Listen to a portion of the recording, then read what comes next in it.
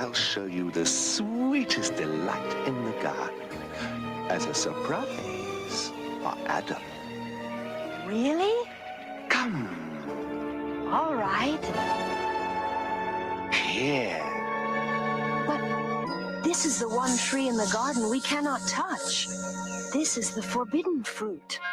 Did God really say you must not eat from any tree in the garden? Surely not. We may eat the fruit of any tree in the garden, except for the tree in the middle of the garden. God has forbidden us to either touch or eat the fruit of that tree, for if we do, we shall die.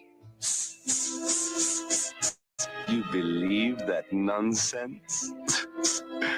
Of course you will not die. God knows that as soon as you eat it, your eyes will be opened, and you and Adam will be like gods yourselves. One day we'll reach the level of the avatars that we have read about in history, the Buddhas, Jesus, infinite ones, God. You ancient serpent, you cast your spell upon this planet with your graven images and your wishes to be worshipped.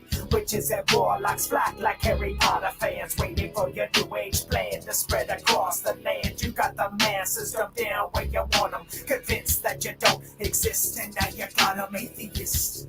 Some even think they're evolving to a godlike level above and beyond human. These Luciferian lies feed on ego and pride. They come disguised as an angel of light, like the original sin and the first deception. The tree in the garden, don't you see the connection? It's the same old lie that he used back then at the beginning of time, at the fall of man. Have we forgotten the truth within the book of Genesis? Ignorant of the nature of sin, so we dismiss written words of God as an irrelevant myth, but then embrace all these new age thoughts of nonsense.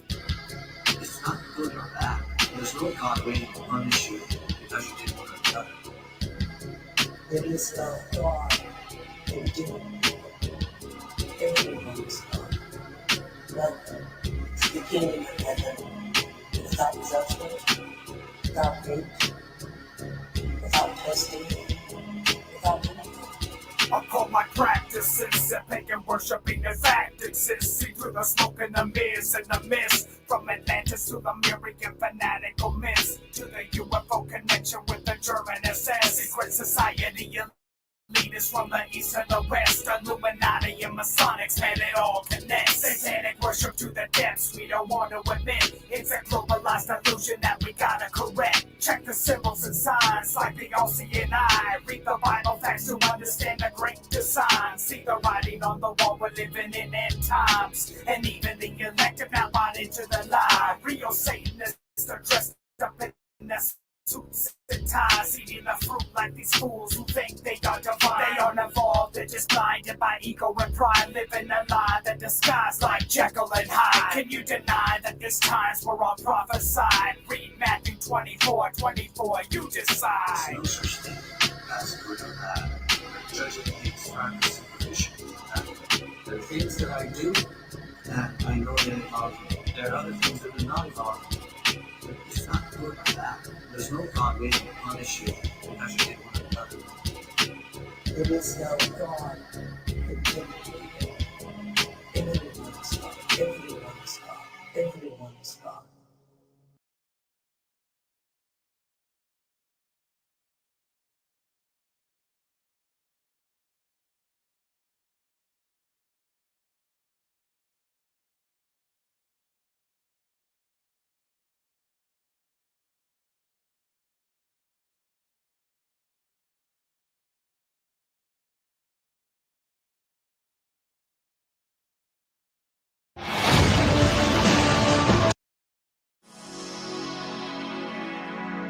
Hello, darkness, my old friend.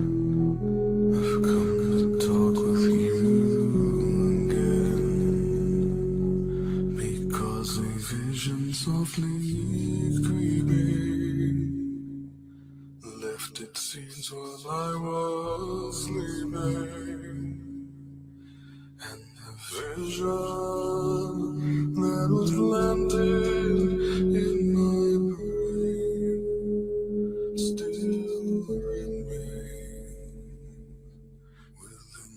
In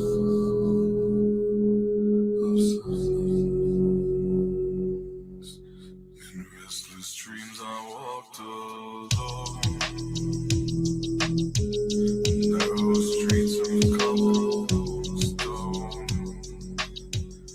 neath the halo of a street lamp, I turned my collar to the cold and damp. When my eyes were stabbed by the flash of a neon light that split the night and touched the sound of silence, and in the naked light I saw 10,000 people, maybe more. People talking without speaking. People hearing without listening. People writing songs and voices never shared. And no one dared disturb the sound of silence. Fool said I, you do not know. Silence like a cancer grows. Hear my words that I might teach you. Take my arms that I might reach you. But my words, like silent raindrops, fell and echoed in the wells of silence. And the people bowed and prayed to the neon god they made. And the sign flashed out its warning, and the words that it was forming. And the sign said the words of the prophets are written on the subway walls, in tenement halls, and whispered in the sound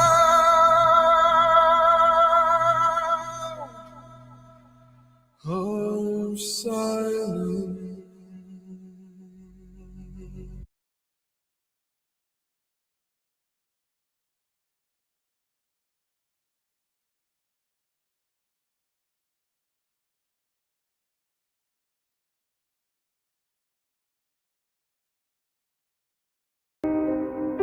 The church in America is going to suffer so terribly.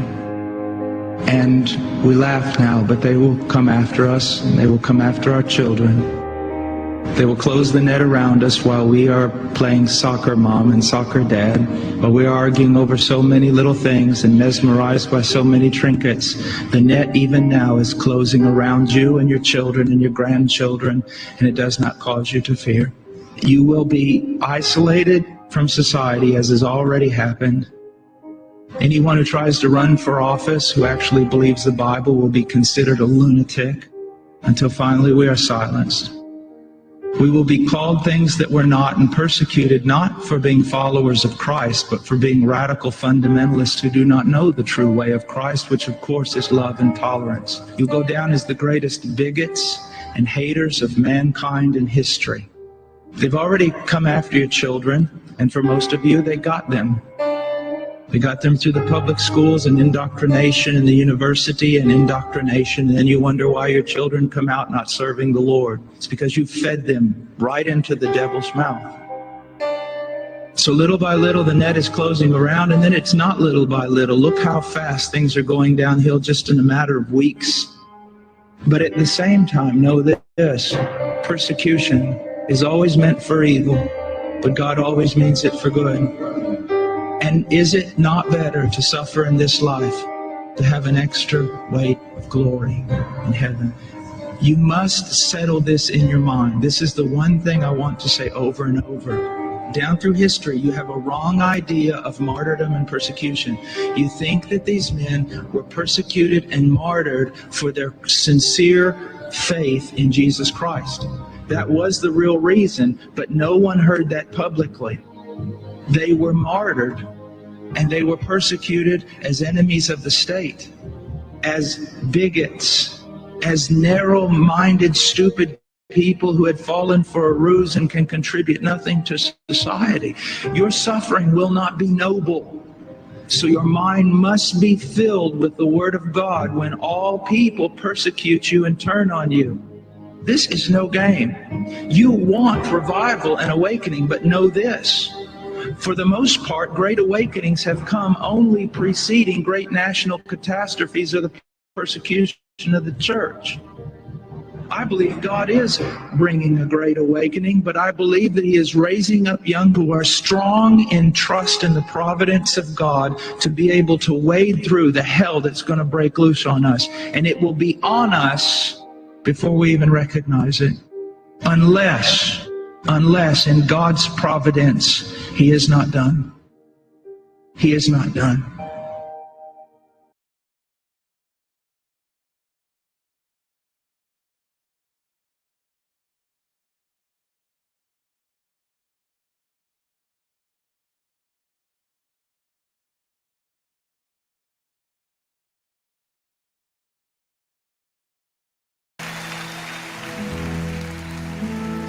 Hasn't it been wonderful this evening to sing these songs, enjoy our fellowship, and bless the heart of God? But there's something more happening tonight that I want to express to you. We're enjoying something that God has planned for and desired since the foundations of this city were laid by King David himself. And that is that one day, in this very place, there would be assembled a people called out, a people from every tribe and tongue and people and nation, to be a priesthood of nations unto the God of Abraham and Isaac and Jacob, of David and Solomon, of Isaiah and Jeremiah, and of a host of nameless, faceless others who would call on the name of the Holy One of Israel. Nearly 2,000 years ago, from this city, during this Passover season, Messiah Yeshua saw all this, and he said it this way: "O Jerusalem, Jerusalem, how I long to gather you, but you are not willing. You will not see me again, Jerusalem, until you say, Baruch haba b'shem Adonai, blessed is he who comes in the name of the Lord." Let's now invite him to return and to take up the throne that belongs to him alone. Baruch haba b'shem Adonai, blessed is he who comes. Baruch haba b'shem Adonai, comes in the name of the Lord. Now arise, O Lord, come to your resting place, you and the ark of your might. Then we will rejoice as we're clothed with your righteousness, and celebrate aloud. Baruch haba b'shem Adonai, blessed is he who comes. Baruch haba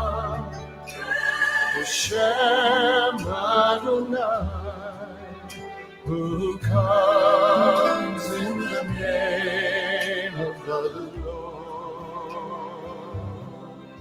Now arise, O Lord, come to your resting place, you and the ark of your mind. Then we will rejoice as we're clothed with your righteousness and celebrate aloud. Baruch haba Hashem Adonai, blessed is he who comes. Baruch haba Hashem Adonai, who comes in the name of the Lord. Of the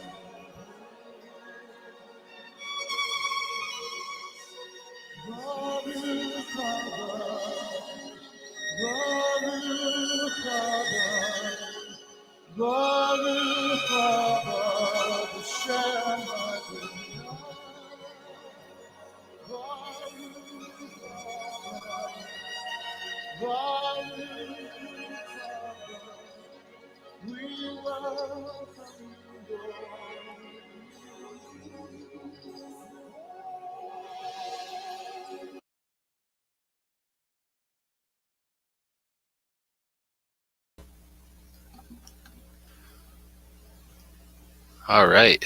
What is going on, everyone? Let me know that you guys can hear me. But Steve JMO, we are live here. It's the 20th of June, apparently, in 2022. How about that, Jen? It's crazy. The year is just flying by. Incredible. Incredible. I was just looking at videos from 2021 and I was like, isn't it still? I'm like, wow, it's 2022. They got Yeah, us. it's They crazy. got us. Yeah. Madness. So what's up? How you been, Jen? I'm doing okay. No, I can't complain. Just got done eating dinner. My husband got done work early. The whole day worked out perfect, and here I am with you. You can't beat that, you Yep. know? Very Can't beat grateful. that. No, me too. Absolutely. 100% grateful. I'm grateful to see all these people here in the chat. Bunch of wonderful people. We got a couple people there on Rockfin. We got 7 people on Rockfin. Little tip there from Patrick. Thank you so much. But yeah, we got like 40 something here live.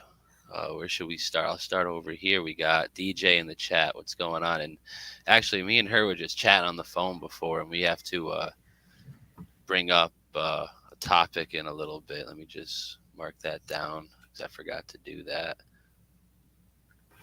All right, we'll mark that down. So DJ's in the chat. What's going on? Pirate is in the chat. Domestic Truth Seekers on the screen and in the chat.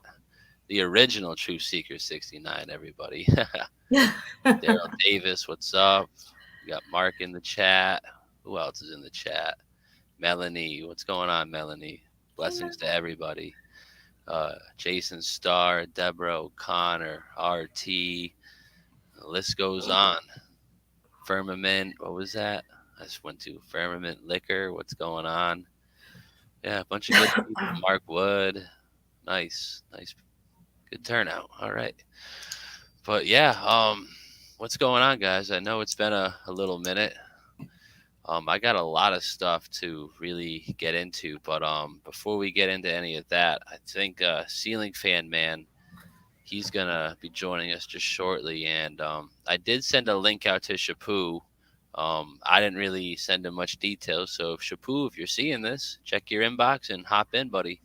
Yeah. Got a couple of his things I want to show too later on after I get through all the stuff I got on the reserve end. Because then I got some new stuff I want to get into. Not necessarily new, just new to me. Let's put it that way. I think because the weather broke up there in Canada, he's a painter, so he's been working a lot during the week, and then he, wasn't feeling too great a few days back and stuff. So, I think the weekends are more. There's more availability for him on the weekends, and then there was in the wintertime during the week. So, yeah, no problem. Yeah, no that's problem on that end. Yeah. I miss him though. I miss him. Yeah.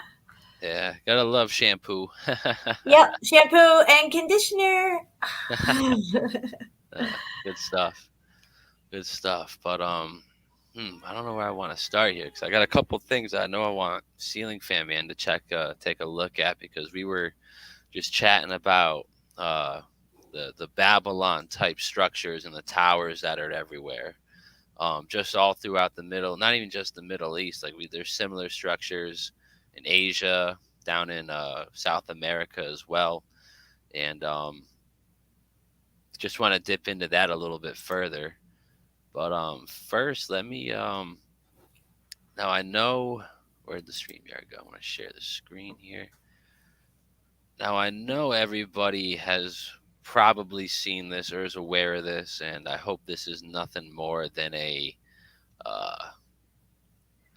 just a refresh for people, but it is a real thing. You do have these people at the WH, who they are they're initiating some sort of pandemic treaty. So the next time that there's an outbreak of said disease or diseases, they're gonna have full ranks, as if they didn't already. So this is more or less just a refreshment, because we all saw what happened last year and the year before. Whatever they said was the golden rule, was the law. It was a little less enforced here, but as we saw all throughout Europe and all the countries that are subsided and subscribed to these people, they fell right in line, right in check. yeah. But now that you got this crazy old guy just signing his name anywhere. And I guess we're on the treaty as a nation. The United Of States is on course. the treaty.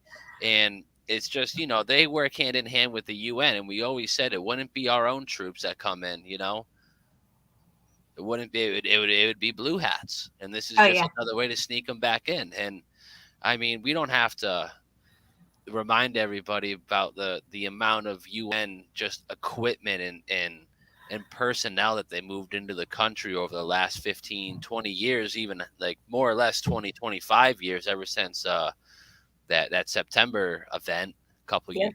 a decade or two ago. But ever since then, they've just been flooding the country with UN this, UN that. They got Canada. Look at Canada. Canada's done. Yeah, see, I think part of the thing is that people, they lose sight. They have a short attention span. So things that we were talking about 5-6 years ago about all these UN troops moving in and different, locations, seeing these type of vehicles being parked in locations and stored in different locations. These people are in it for the long game. They think well past the next 5 to 10 years. And this is where they get us. People forget about that stuff. Oh, look, nothing ever happened, because people have a short attention span and they expect things to happen within a certain amount of time. And if it doesn't, they're just, this oversaturation of different, news, propaganda and stuff to take our attention away from something that was important to us. And then it comes back again, like 5-6 years down the road. Oh, look, UN troops are moving them around again. And then it kind of dies off again and stuff. But they've been preparing behind the scenes for something major for the last 25, 35 years. And, I think we're starting to reach that point of what they've been preparing for. Even DJ and I were talking as well about these preppers and the prepper channels going crazy with prepping lately and all this stuff. I think the most important thing that you should be prepping right now is your soul. Okay. Yeah. All the amount of food and water ain't going to save your ass. Okay. You need to prepare your soul for what's coming. Mm-hmm. Yeah. We were having a chat about that earlier, and it's very important that people understand that, because I mean, you could, let's say you are well off, you have extra cash, you got, maybe some different settlements of land that you could go to if said event does happen, when it happens, if it happens, whatever.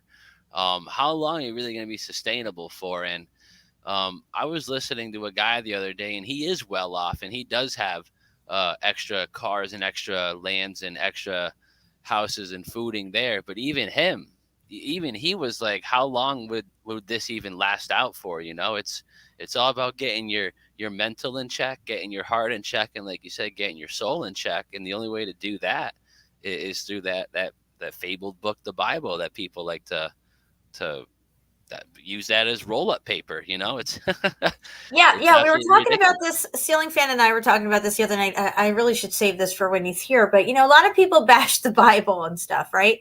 But you don't hear them bashing the Quran or bashing Buddha or anything. It's like it's the Bible is bullshit. Well, a lot of people, they subscribe to Eastern Buddhism because everyone thinks they're, I'm gonna level up next life. I'm gonna come back a better person. No, you're not. I don't think so. I don't think we're come back here. If we do, it's for the short season. But I have high suspicions that we're already there. So why would we risk that? Yeah, I think this time around we're getting out of here, and God's going to sort it all out. If you're either going or you're going somewhere else, and it might be a little hot where you're going. I don't know. You can't be on the fence for this. Last time around, you could be. You'd end up right where we are now, probably doing what we're doing right now. But anyone who's on the fence or lukewarm, he's not going to have any part of that. And I've been doing my best to get everything in check. And I know what side I'm on. I know what side I want to be on, and I'm going to do anything and everything in my power to stay on this side.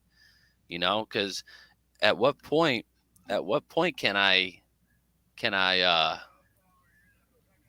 we're warning everybody, but at what point are they actually gonna listen?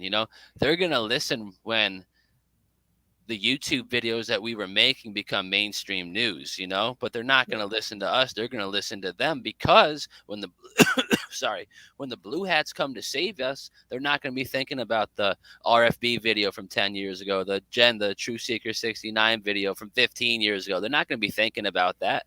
They're going to be thankful that they're here and they can go get their UBI, their food for the day down at the downtown center, you know? Yep. The food that's there to save you, but it's poison food. You know what I mean? It's like, they use the double speak. We need to move you here for your safety and security. You know, meanwhile, you know, you're being, you know, shown to your new location, your camp or something.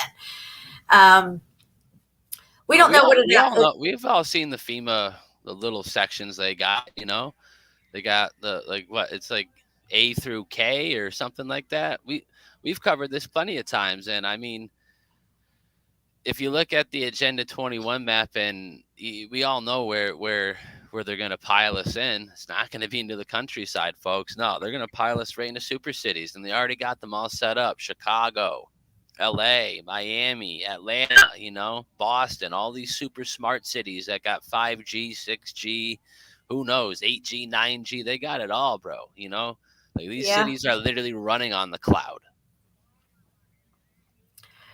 It's scary, but it's almost over. That's the way I look at it. And, you know, I had to talk with my boys. I told them, I said, if you don't have a relationship with Jesus, you should get one and start, you know, making sure you're living right and treating others how you want to be treated. Because, you know, they're young men. They can get frustrated and angry and don't know how to, you know, reel it in and be humble and stuff. They're still young, 28 and 32. So I'm trying to teach them that humility and, you know, that, there's a lot to live for in life, but at the same time, they're making life really, really hard for us. And this is why, because this is where we're at.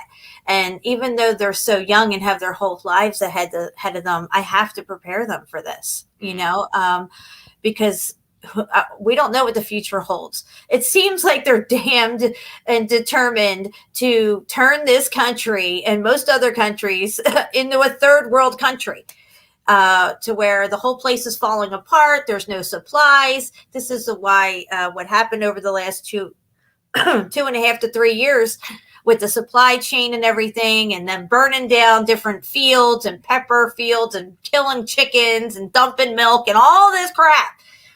It's all fear-based stuff. I still think that there's plenty of all that stuff out there. They're just putting out these stories for their excuse and to have the shortages. There's two sides to that coin, though, because exactly at the same time that you're saying, because on the flip side of that coin, they were burning down farms and throwing away, you know, hundreds of millions of tons of onions and potatoes 2 years ago, you know?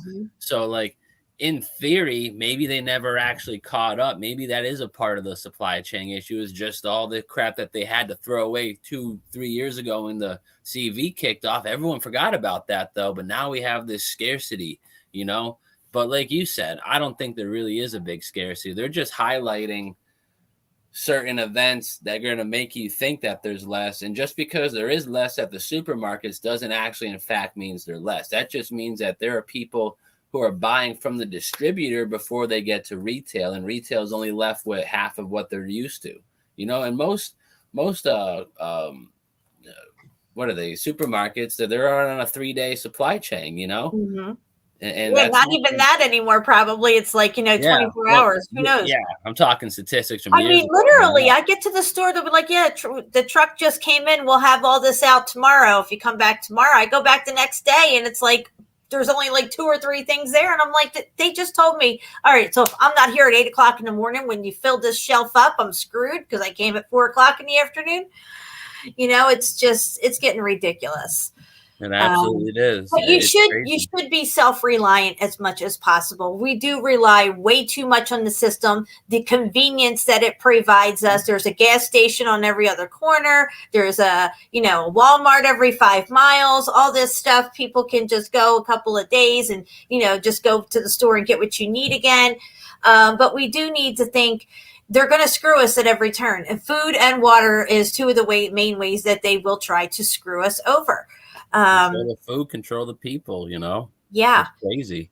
And like we So were saying before, when shit does actually hit the fan, you know, you can be as prepped as you want, but at some point, we're probably going to be faced with a choice. It's going to be come with us and we'll feed you, or you're on your own, or even worse, you know. And I'm more than happy to be on that other side of they're just not going to bring us to the camp, or even worse. I'm cool with that, you know. If my life is worth a ration of food, I'm all set, you know. It's much more worth than that, you know.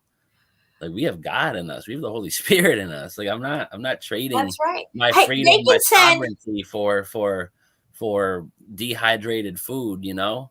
I already got some of that shit, you know. I They don't can need send a some of it. hailstorm and wipe out all the crops, just like DJ was saying here. It says, I Exactly. just watched a channel where she planted all their stuff yesterday, and today they had a hailstorm. She was crushed. Weather You know, they can do this. warfare. It was Sure, never meant for other countries, you know. What are they gonna do? They're gonna send a hurricane to go fight the war in Egypt? No, they're gonna just blast you people out of the water. And I mean, so us too, you know. So you feel defeated, your crop got crushed or whatever. But at the same time, if you have faith and you trust in the Creator, if you trust in God and Jesus, you know, things will be provided for you. You don't know what that looks like. You don't know how the hell it's going to happen. And all this just happened to your food that you had planted or had planned for the future. You need to just let it go and just be grateful that you already have everything that you need, and you're grateful and thankful for all the blessings that are already on their way, and know that they're on their way, and not get stuck in dwelling Don't over forget how you about the just got ones you've fucked been over given by the already. elite because they fucking blew out your crop and stuff. You know what I mean? We have to go back to faith and staying strong in your faith and knowing, because once I did that, once I let go of all the fear and all the worrying and crying on how things were going to get done, how I was going to pay my rent, all this stuff. And this is years and years ago. And I just stopped and just let it go and gave it over to God, and I just knew everything's going to be fine. I don't know what that looks like. I don't know how it's going to happen, but I know that it will be fine. And every time, without fail, including the other day at the store, I had a conversation with Ceiling Fan Man. I called him right after it happened.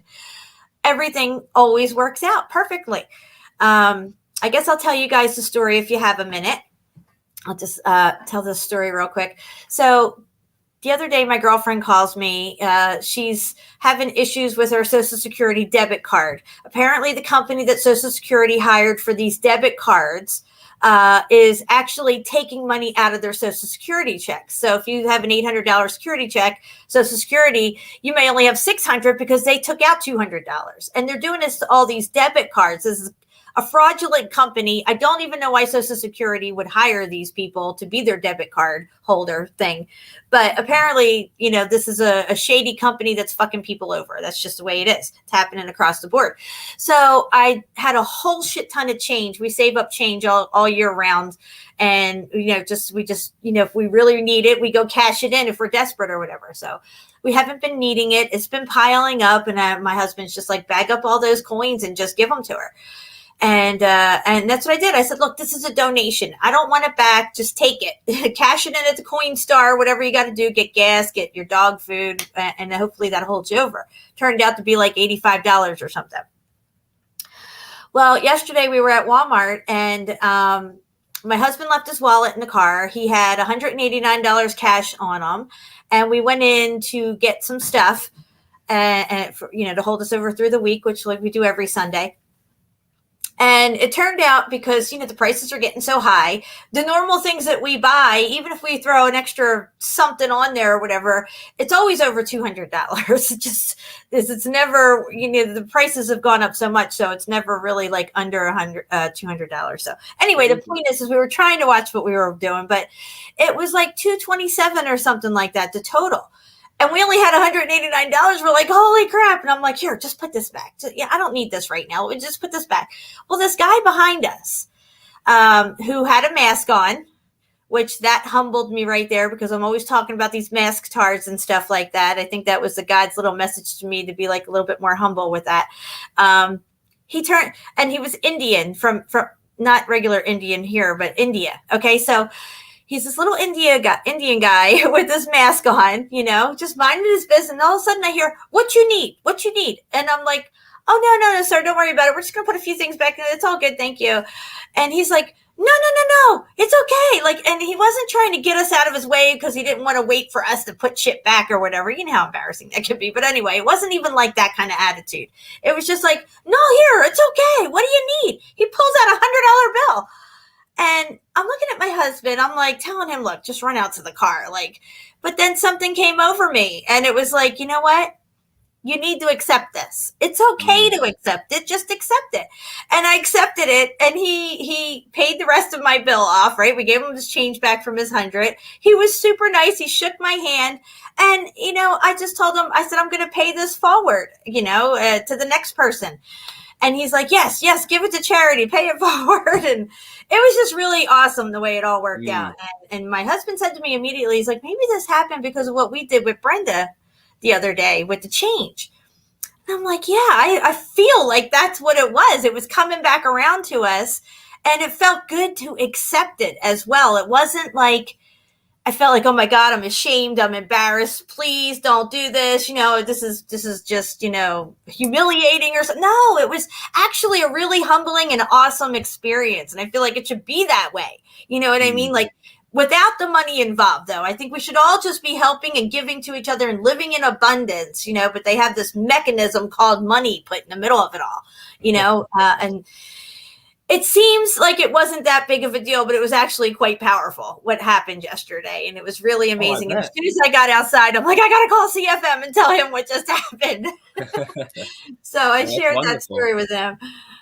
That's wonderful. And I just want to comment on that. Like, a lot of people have a very hard time with you know, someone's got their hand out to help you. A lot of people just bat it away, you know, out of pride or ignorance or just not knowing that it's actually a helping hand. And for you to take the helping hand is huge, you know, because like we're all not perfect, you know, we're all not millionaires, you know, like every little bit counts and helps. And even if it was something completely different, you know, just taking the hand that helps you, you know, it humbles yourself, like you said, in that situation, which is crazy. Like the mask guy, like, you know, not being a complete, you know, snowball is already awesome. And then you actually taking the help and having a good feel, like vibe moment, you know, that's even more important to take away from it, you know, at the end of the day. Because, you know, usually I'm the one who, and I'm not bragging or anything, but I'm just explaining myself. I'm usually the one who's giving something to somebody.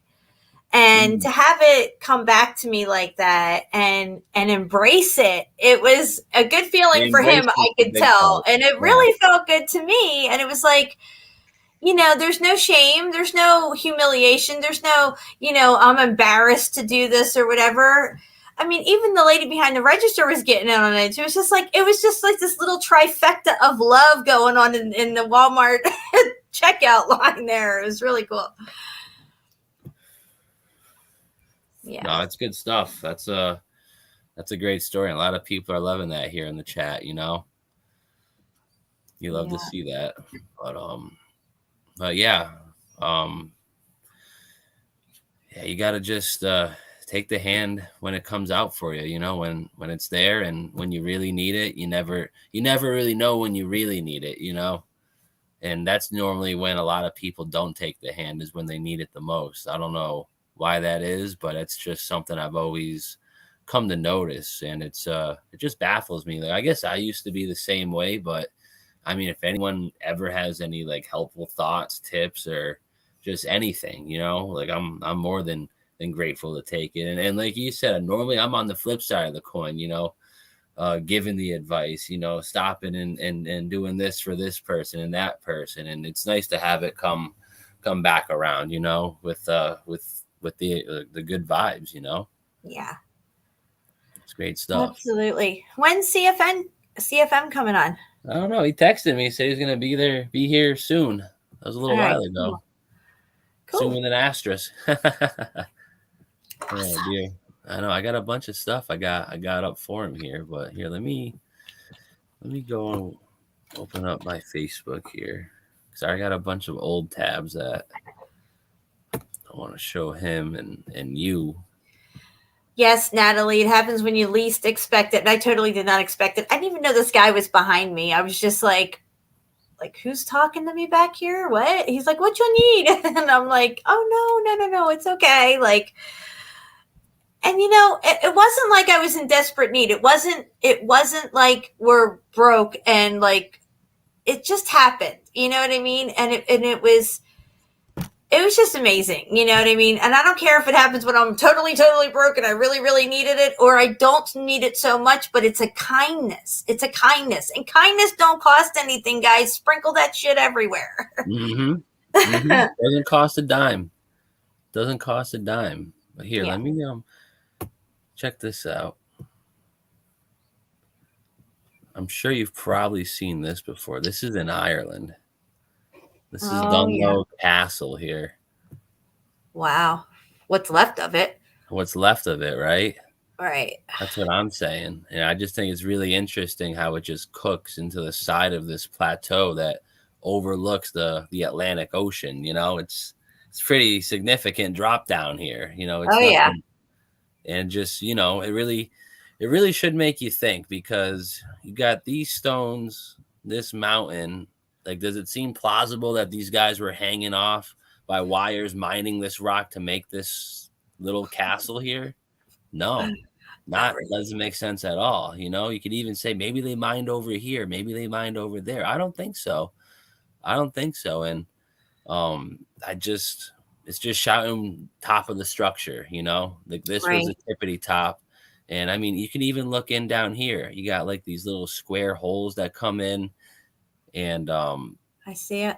Everything that you showed me, just the drip effect, you know, you could just see how it just solidified and just turned hard, because this was just falling right off the cliff.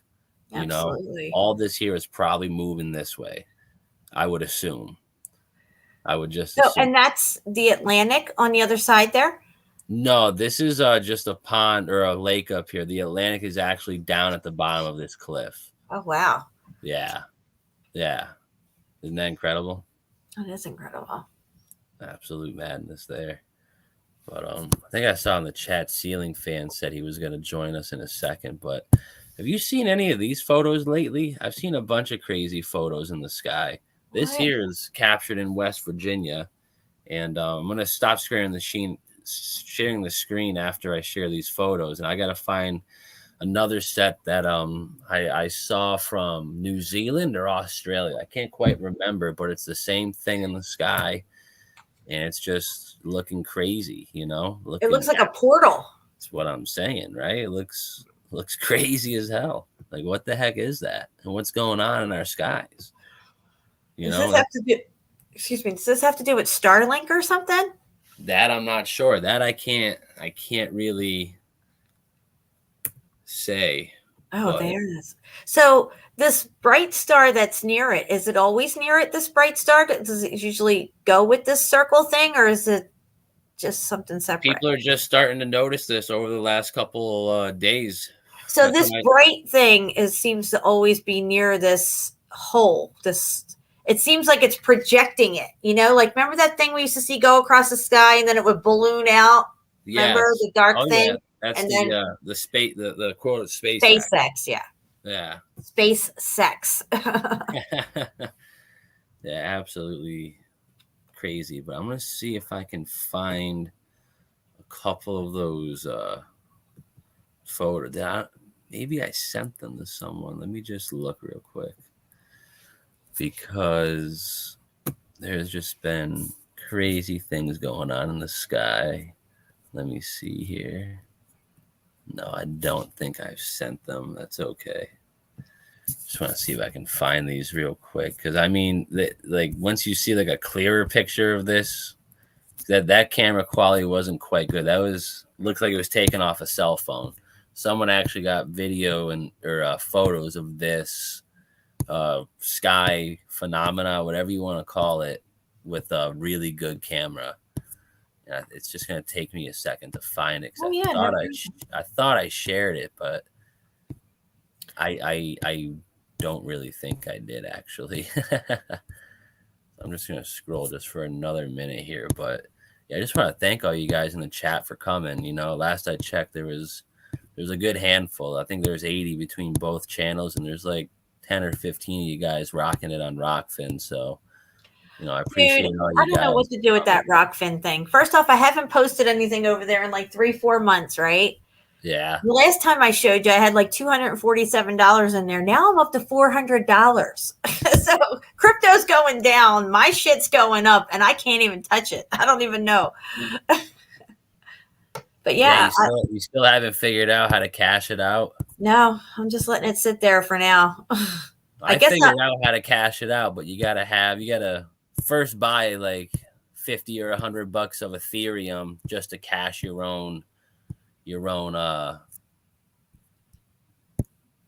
stuff out. But yes, check this out.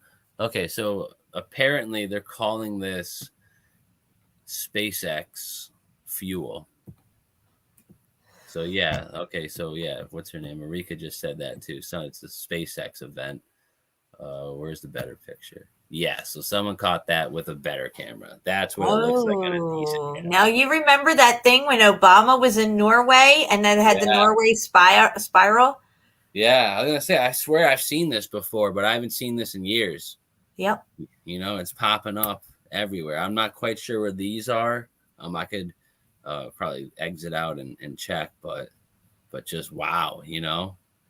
Oh, it looks like Absolutely there's a face incredible. in there. Oh, I see two eyeballs and a mouth. I don't know what's going on. It kind of looks like that star. Do you remember that picture of that star I took? And there was a face in it? Yeah, you know what I've been trying to find? You remember that post I had where it had like 7 or 8 different stars and there was different faces and all the stars? I can't find that anywhere. I think it got taken down. So what is I'm going to see if I can find it. New Zealand. Yeah, look at that. Over New Zealand. That's what they're saying. SpaceX. I don't know. It looks to me like a portal opening up or something. That's what I'm thinking. Imagine that. Imagine that. Absolute madness. Really crazy. Dude, crazy, right? Like I don't know. I see that in the night sky. I'm cautious. Let's put it that way. I'm gonna start praying if I see that. Yeah, right. That's all you can do is pray. I want to see if there's any more decent images of this. Because it was just a couple days ago. And I think somewhere in one of your groups or Shapu's group, someone posted what looked like an iceberg, but it surely wasn't an iceberg. It was like a bunch of stone or something that was covered in ice. It was looking crazy. I'm gonna see if I can find that after this, but I'm gonna just scroll for just one more second here. Not really seeing it. Nah, yeah, we're back like 3 days now. I'm not seeing it there, so I'm just gonna close that out and bring it back over here. But yeah. Hey, what is that? I don't know. I don't know what it really is. Could be a portal. Could be man, it could be so many things. Like, because there was a star in the sky that was looking like that a couple of years ago, but it was a star. It wasn't anything that they claimed it was. It was just a regular old star. And is it wormwood? I don't know. I don't know if we're quite there yet, but I mean, even if we're on the back part, you know, I still feel that there's seals and trumpets that are going to have to go off, you know. I think those are, I mean, the details of the short season are left out for good reason, you know. And I mean, it's really hard to even find those in extra biblical texts that we're even allowed to have. So unless someone's got the keys to the Vatican archive, you know, we're kind of just spitballing here. But the thing is, so we're all of you, you know. I don't know what's going to happen or when it's going to happen. I just know what the outcome's going to be, you know. And that's not even, people like, oh, that's an ignorant thing to say, blah, blah, blah. No one knows. Well, you know, if you do read the scriptures and you do have faith and you do see everything that's happening and you're taking it for what it is, you know, it's not hard to see the two sides, you know. And right now, the bad team, the bad guys, they're having their way right now, you know. They're up, you know. The third quarter is about to end. They're up by 15, you know. Things aren't looking too good. But that's how God rolls, you know. always the underdog. You know, Jesus wasn't looking too hot carrying the cross. He comes back good to go. Comes back good to go. Saves all your sins. Saves my sins. Saves everything. Saves the world. Absolutely You know, we rode past well, not my church, but it's the church that's right around the corner from my house, and they have it's Southern Baptist, so they have those 3 wooden crosses outside. My husband goes, they better get rid of those crosses and put some trees there. Because it's changed in the Bible. They say Jesus was hung on a tree. Yeah. So what is he doing? Is he lugging a tree up the hill and then planting a tree and then they hang them on it? I mean, I heard him and Paul Bunyan were chopping down trees before. Crazy. Absolutely. The Book of Revelation is coming to life. Yeah, D. Smith. And I mean, I kind of subscribe to the idea that I'd say the first 20 chapters of Revelation have already happened. We're in that little area called the short season or the little season or the short time. Depends what Bible you read, depends how Mandela affected it is. It's just we're smack dab in the middle, whether we like it or not. Absolute madness. Absolute madness. And it's going to get even more madness on top of it. It even says men's hearts will fail them for what they see come upon the earth. Mm-hmm. I was just talking and thinking about that statement the other day because it couldn't be more true. It couldn't be more true. Like, men's hearts are going to fail them from fear, and it's going to be the men who are unprepared for said event, for the sky to recede like a scroll. That's kind of a big deal. I'm going to have questions, but am I going to be totally shocked? No. You know why? Because I read about it. I heard about it. It's crazy. Right. And I saw the video you just sent me, and that's perfect because the video that I want to share next is actually a star video as well.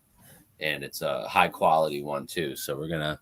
But I can't find that picture like you were saying. I totally remember that one had a face in it. You could see the face. It was like had a helmet on or something. Yeah, bro. Yeah. That's what I'm saying. Like, the funny thing is about that certain like post that I have, if you look very hard and have a good detailed eye, you can look at some of these stars and then just picture in your head like villains from Marvel movies or TV shows or anything like that, and it really makes you wonder. It's like, like, where did they get the motivation for this guy's design? Because I'm sure it's not a coincidence that they're almost identical. Why would they be promoting stuff like that unless they're actually going to come back in human flesh? And that's called for. And they're going to come back. They're going to raise some hell. It's going to be nuts, Yeah. It's going to be absolute madness. I can't wait. I can't wait either, I hope I'm just sitting on I'm embracing it. I'm looking forward to it. Because I know all this has to come to pass. And you know what? We're already coming from a place of victory. So there's that. And it only can get better after that. You know what I mean? Whether it means that we don't need our physical bodies anymore, and we ascend out of our bodies spiritually and are loosened from our own bonds of this physical reality and are able to soar the way God wants us to, and maybe get out of here or whatever. However it all works, all I know is that we've already won. So, it's all good. Bring Absolutely. Absolutely. And someone on Rockfin, Tonto Ronto, they said that during the beginning of COVID, that was the Venus. They were calling it Venus. I don't quite buy it. I had some crazy pictures and videos. Well, Venus is the one where I was taking pictures that one night. We were all live. I think it was me, you, Brian. I forget who was on. It was a couple years back, and I was out my window taking little shots of little video of Venus when it was low in the sky. Remember, we were getting those Venus shots? And as I would go through it, I would screenshot through my video to try to catch the star and it's pulsing, right? And that's when I found that face, and it looked like it was looking down at us. It was so creepy. Like, holy shit, Steve, is this a face? Am I just seeing something here? What's going on? You know what's crazy too? One time I was on top of a pretty decent hill looking over just the whole the flat of Western Mass and the city and all that. And me and my friend, she just got a brand new phone, you know, and it had a pretty good camera. And she's recording a star, right? And she's looking at it, and she's like, "Is that a face?" And we watched it again after, and like it's a clear face. And then like she got emotional, I got emotional, and then like we're driving down the hill, and it was the most eeriest feeling. Like all of our hair stood up, and we both like literally got like punched in the side of like our body. Like it was whatever entity was belonging to that star, like telling us, "Don't be looking at me, bro," you know. Yeah. That's the vibe I got, you know. Like, you know, when these evil entities get seen, they don't like it at all. They don't like it at all. As a matter of fact, I just listened to a dog man story the other day, and this guy saw a dog man. Well, it was a dog woman. It had breasts, but that's besides the point. The point is that when he was panning over with his binoculars and then he saw that thing, it was already looking at him, and it was not happy that he saw it. So it gives me the chills. Yeah, and it did some muffed up shit to his place that night because it was seen, and it's revengeful. They don't like to be seen. They like to be hidden so they can, you know, torment you and stuff. You never know where it's coming from and stuff. And it did some really muffed up stuff later on that night with the chickens that, you know, it was a clear message that this thing was not happy that it had seen him, you know. But anyway. No, I feel they it. work. And I just want to comment on that last thing I had on the screen there by D. Smith. Yeah, like I think that every star we see in the sky, maybe not every one of them, but I think a lot of them are fallen already. Because I mean, the Revelations in the latter days, it talks about how every single star is gonna fall to earth, you know. And I mean, like. And that's before Jesus and the angels come back. So maybe all the stars we are seeing are just like that, you know? Who knows? Yeah. Who knows? I don't know what wormwood is. Wormwood could be, you know, they talk about Rahu and Ketu. Those types of invisible things that are up there that we can't see, like during the eclipses and stuff like that. That could be one of those types of things that are coming down. If there is some type of pole shift that's coming, right? God's judgment, and it involves the stars coming down. Say Polaris comes down, and it brings our sun and moon down even closer to our plane. Could it bring the other stars down as well? Sure. Could it bring down these other objects that are up there that seem to have some cloaking device over them or something? I don't know. Things could probably go pretty crazy at that point, you know.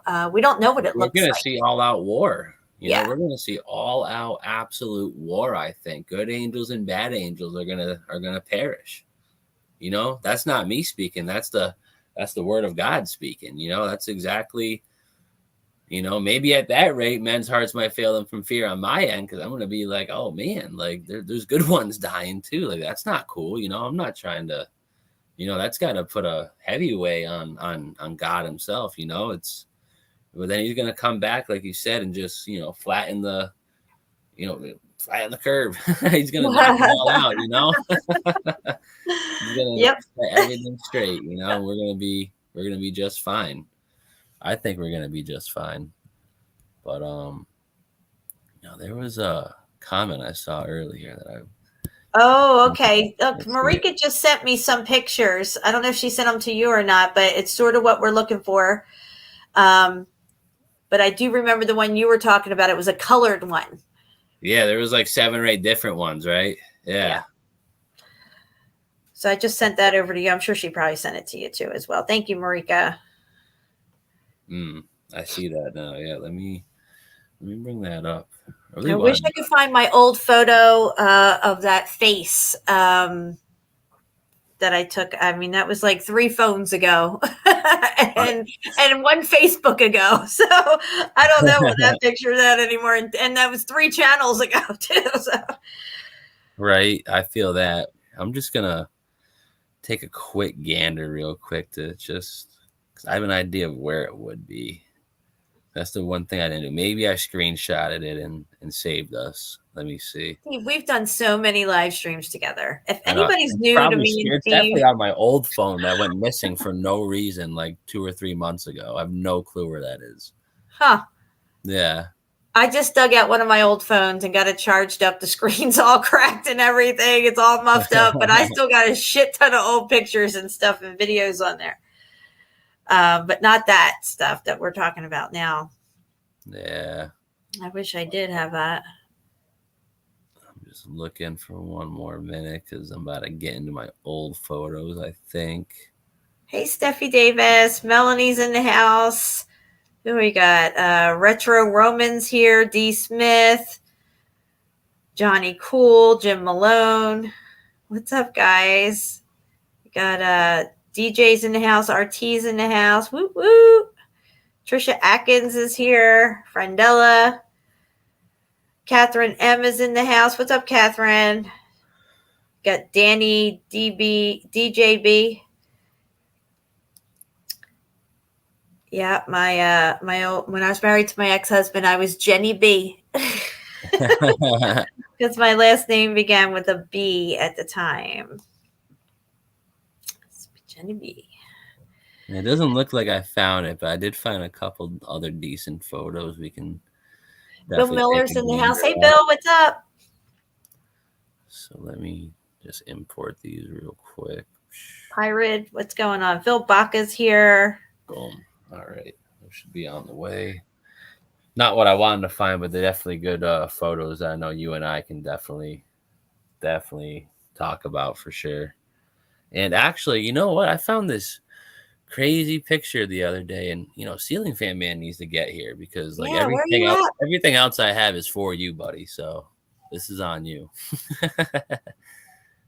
Let me see what else I got. Because I know you just sent me those. Because yeah, that's a good one there. I have to go already. Back over here to my channel. And I don't know about you guys, but the phone services has just been unreal if you're not a 5G-er, Unreal.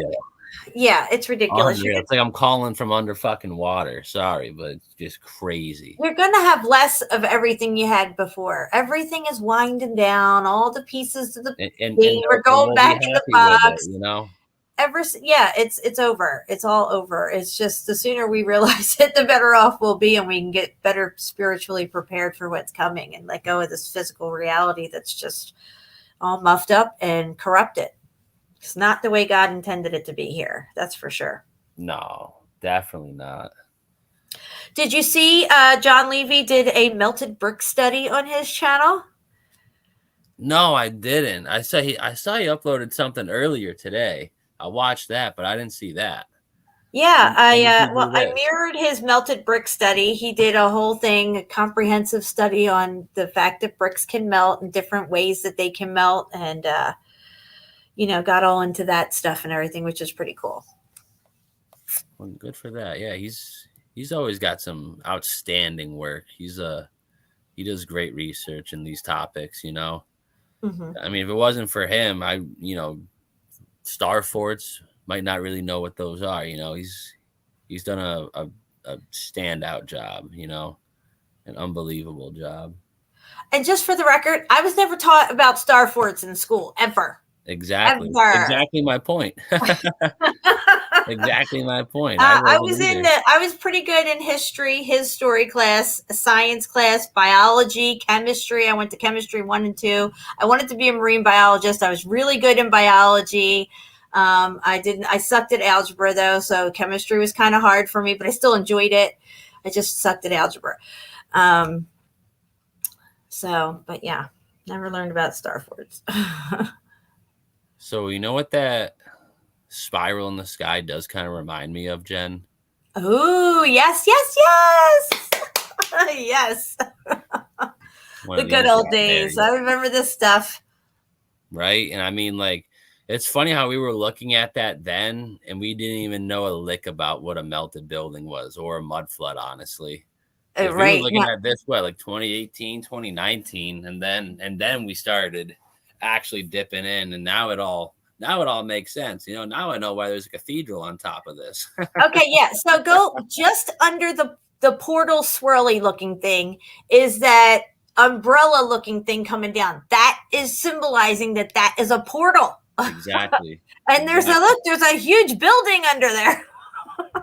Cathedral. And look what it's on top of. Yep, On the top of Tower of what Babel looking thing. Exactly. I got a better photo of it. Where is it? Nope. No. Where is it? Don't do this to me right now. No. Yes. Oh yeah, this thing here. This thing, Did yeah. you find one of these in Mexico? You said you found one in Mexico too, right? Yeah. Oh, that was a couple weeks ago. I have to scroll back on my page to find that. But yeah, definitely found one of those in Mexico. But I mean, just the resemblance alone is unreal, Mm-hmm. Unreal. And I mean, look who's showcasing the big doorway, not the good guy, not the good guy. I think the most craziest thing about all these photos, you have the trumpets are somehow connected to these craft, that they call alien crafts. I think is much more than that. You should just call them demon crafts.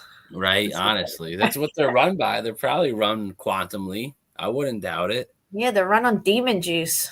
But I just think this right here definitely resembles what people are seeing in the sky, And I mean, I don't know. I forget when this guy did his work, but I mean, it's all coming to fruition. It's all coming to fruition, and then some. Yeah, and then some.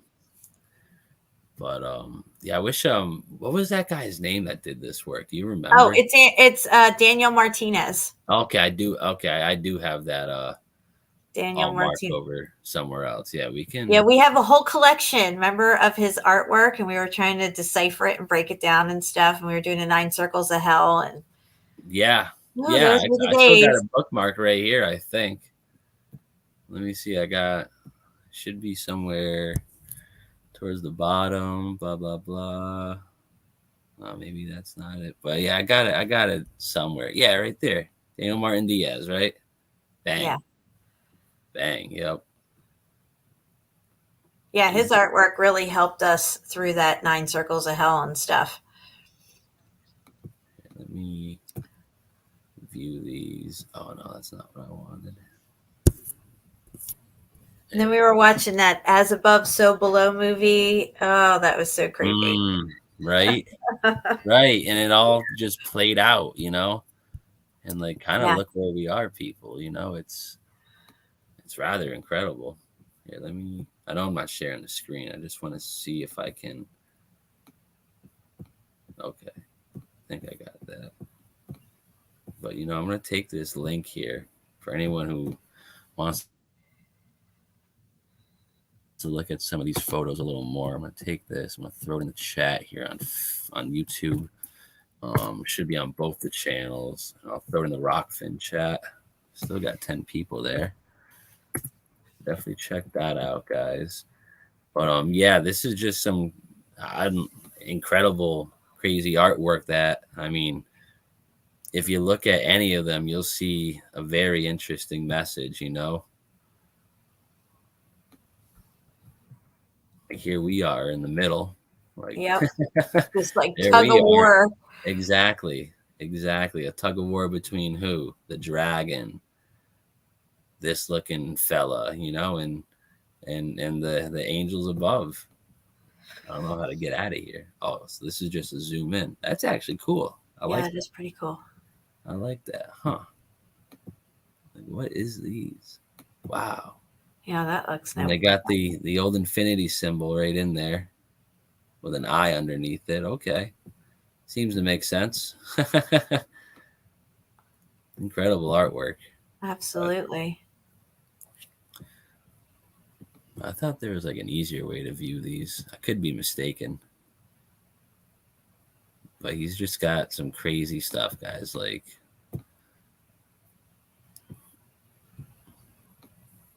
and I mean, what are these? Those are organs, you know? Oh yeah. And what are they doing? They are, you know, sound, frequency, tones. That's how they really manipulate the masses, you know, through just little ring ding tones that you hear on like the news. Like before the headline pops up, there's like 3 little chimes and everyone looks over before the headlines. That's how they get you, you know? Mm-hmm. And then what does that do? That just feeds them energy right back into their grid. And it's just a, you see how this is? Boom, boom. They feed you fear, you feed them back your energy, and they just keep scaring the piss out of you. That's literally what's happening, you know? Incredible stuff. Yeah, I mean, you know, this stuff can be used for good, but they will use it for bad. I mean, music is not inherently bad, but when they use these, you know, musical tones and things to get us in certain moods or fear-based or to heighten our anxiety and stuff like that, you know, it's no bueno. No, yeah, definitely no bueno for sure. Because they have the least favorable intentions for anyone in their mind, and they're playing that out just at will at this rate. You know, they don't care. They really don't care. They don't care about you. That's what Michael Jackson said, and I think Kanye might have mentioned it somewhere along the line. Yeah. Well, the thing is, we'll have to throw out a little truth, you know, but no good deed goes unpunished. Yeah. Well, Gordy Rose a couple years ago, he's on TV talking about how whatever entities they talk to through the D-Wave view us as we view ants, you know? That's not good right there. That's not good. How does he even know? Like, what? Are you kidding me? He's talking to these guys. He's like, look, you're an ant. Right. And we're still going to take orders from you. Crazy. What's up, Ceiling Fan? Oh, hey. Hola. Hola. Doing well. Heaven out. Heaven out. Heaven O. Heaven O. Yeah. How you doing today, buddy? I'm doing great. We I apologize for being tardy. Melanie's in here, I'm sure. Oh, she's been tardy. Yeah, but but we like I have a very good excuse because I was just about to talk to my mother before I went on air, and then she wanted to put some groceries away, and so I couldn't rush that. But so that's what I did. No problem. We understand. Mom comes Real first. life comes first, right? Especially Mom. Right. Absolutely. Fashionably tardy. And it was funny because we spent the day. Yes, thank you, Mel. 33. We spent the day. It was so fun because my wife's mom. We went over to her house because she got a new bed and bed frame, and so it needed to be assembled. And it took me 20 minutes to unpack it. There were so many parts to this thing. It was like ridiculous. I felt like back in the day, my brother, you don't know about these things, Steve. They were called erector sets. And they just had all these bolts and screws. And it's like, and they had no words, just pictures. And you had to make sure you had it turned this way and not that way. And of course, you'd put things together and then realize you had that part upside down. And so then you had to undo it.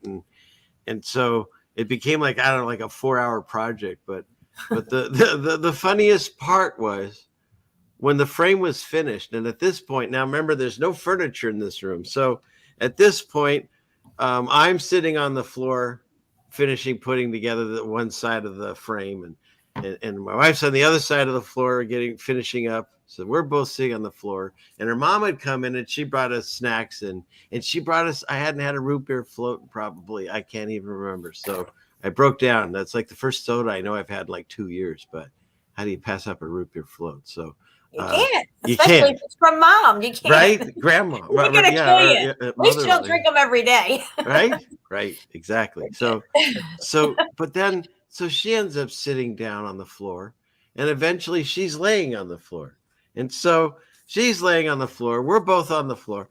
We get done. And then I just started laughing because I was watching the three of us as we started to figure out the proper way to roll to try to push it, and here we're all trying to get off the floor. I don't know. I just found it extremely humorous. And getting up off the floor gets a little harder as you get older. It's it's funny to watch. Yeah. And at some my mom point, were on the floor. We were trying to get up. I was like, Jesus Christmas, what's wrong with me? right? And then there's some point in your life when you just make a noise, either sitting down or getting up. Oh, yeah. I don't know when it started, but I do it now. But yeah. Yeah. So, anyways, but that's what we spent today doing. But we had a great time, and so that was And that's what matters. right. Yep. That was our tithing, because you can do tithings. It doesn't have to be money. I know I heard you tell that story. That's so beautiful, and how that stuff comes around. Because we did that. Remember, we did that show on about how God doesn't stay in debt, And so if you do a tithing, you do a good deed or help somebody, and you're doing it for God, He's going to pay it back, because He can't be in debt to us. So that's wonderful. That's great. Yeah. And look how many people don't do good deeds, or they're stingy with their stuff, or they're just like, oh, well, that's their problem. You know what I mean? They never get to experience that. But I think that they want to keep us disconnected from this, because it comes back to you so easily when you're flowing with that, when you're humble and you're giving and you're, being generous and stuff like that, that it flows back to you very easily. And they want to keep us disconnected from that, because we're going to figure out how easy it is and how well it works. And, we'll just slide right into that, Yeah. We're like, damn you and all your money, keep it. We don't need you. We don't need your money and your fake God and all this stuff like that. Just go away. And that's the other thing too, is we're forgetting what you said. Like you said, the community around us. It's wonderful to help out the people that in this community, in these chats and on these screens. But don't forget, right in your own neighborhood. Do you know any of your neighbors? Is there anyone around you that you can, trade with, or at least, is on your side in a way that you can? And is there people around your community that need help? And if you have a little extra something, can you give it to them? Because that'll come back to you. It always does. I've never had that not come back. But you don't do it for that reason. Right. You do it because it feels right. And like you said, your story was great because you guys just did it, and then someone else did that thing, to you, even at the point where you didn't need the help, but you took it because it made him feel good to give it. And then what happens? You go on, you tell me, and you tell on streams and stuff. That's part of this whole process. Yeah. When you're getting God's favors, we're supposed to not just share the blessing, share the stories. Yes. Because we want more people to realize this is a real thing.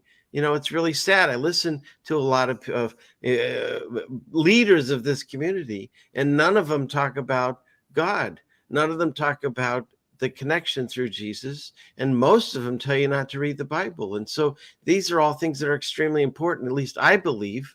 That's why I like hanging out with you two, and Shampoo, is because we're letting people know it's not just about trying to figure out where you live or how things move and work and what was melted and what wasn't. It's more than that. This is the end times, and provably so, because a bunch of people with all different races and religions and age groups are all getting together, just like it's predicted in the book you're not supposed to read. And they're speaking out for God because they're trying to warn you, like Noah did, that while everyone's partying, there's a flood coming, and you have to get ready. And you can save up food and water, but are you saving up medicine? Do you know how to do repair things? If things break down, do you have any?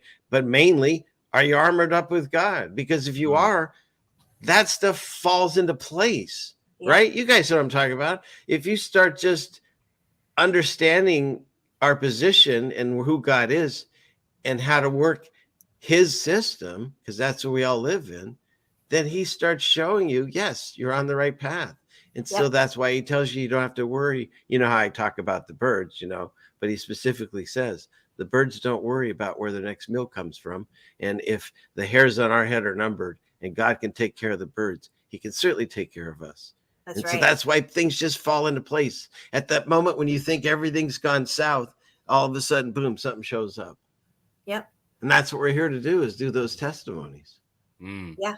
And stop worrying so much. I used to worry so much about how we were going to pay our rent. This is when we first moved here to Alabama. We were in a really bad financial way. We were just coming off of waking up to 9/11, and then being very vocal about that in 2006 going into 7, and then we were losing everything at the same time. There was this falling away of materialism in our life, not through our choice. It just happened. It almost seemed like this matrix around us knew what we were up to. We were being vocal about the truth, and it was like hitting us left and right. Everything was just going, and he lost his job.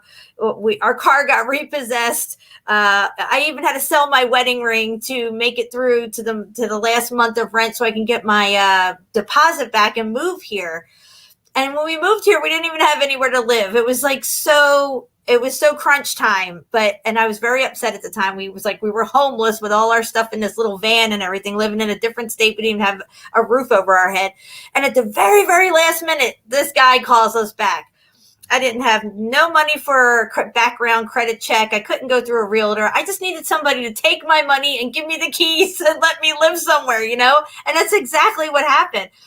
And like I said, I used to worry, when we got in there, like, well, how are we going to pay this rent? We got to get jobs, blah, blah, blah. And I was getting nervous and scared and very worrisome about every little thing in the bills because we never lived like that before. But coming upon the truth through those couple of years, all of our material stuff fell away from us. So we had what we needed. We didn't necessarily have all these things that we desired to have and, all this, clothes and purses and jewelry and all this stuff like that. It's nothing. It doesn't mean anything. But I always had what we needed. And it was always, even if it was $20 to get us through the week, we still had our bills were paid. There was food on the table. But there was no extra money, you know what I mean? And we were okay with it because I think that's really important, this falling away from the materialistic side of this, consume reality that they have us in. And ever since then, I've been living this way. I just let go of it all. I just was like, you know what? Because my husband, he already knew. He's like, you know what? Everything's going to work out. I don't know why you're worrying so much. And I'm like, well, how's it going to work out? Where are we going to get this money? How are we going to get the rent paid? How are we not going to get kicked out of here?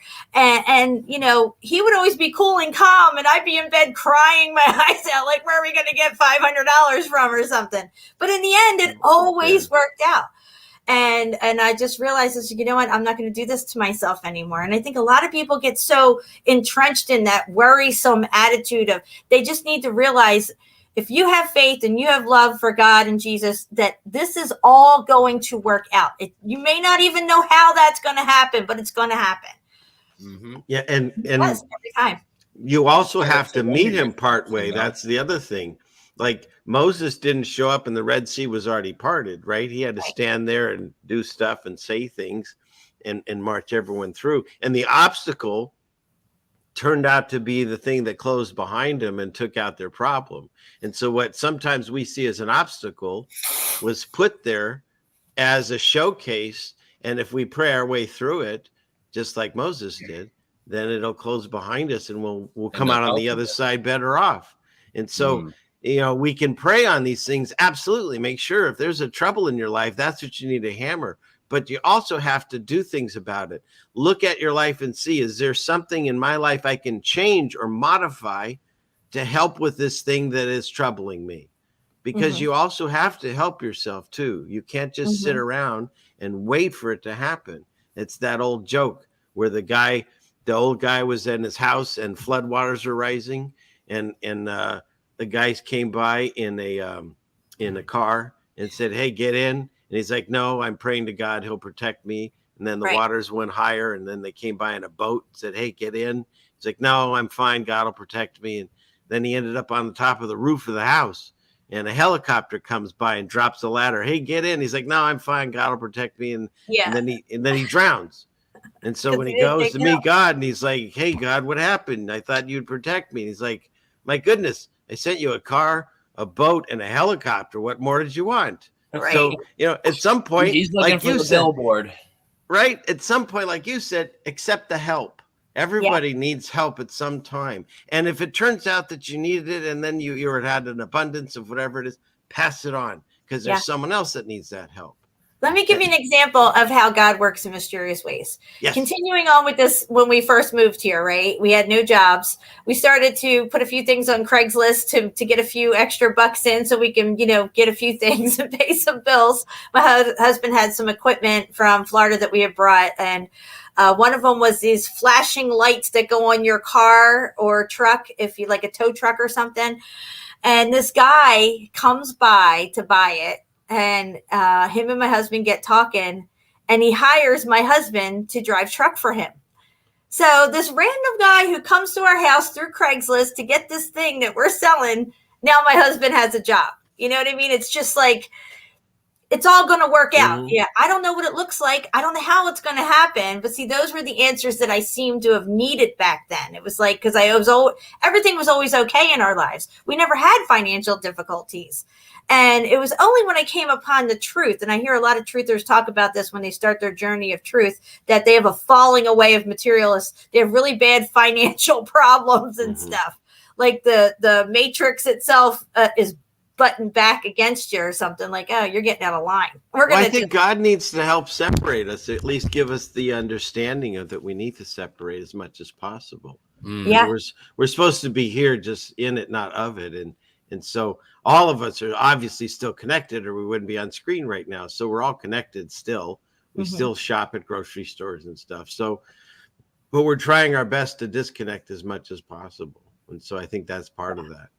Yeah, I've never lived beyond my means ever since all that crap happened. I don't wallow in materialism and have to go out and get the latest stuff or anything like that. It's just, we just never deviated off of our path of truth, no matter what's come down the pike at us. And it feels like a lot of times these things come at us trying to knock us off our path, and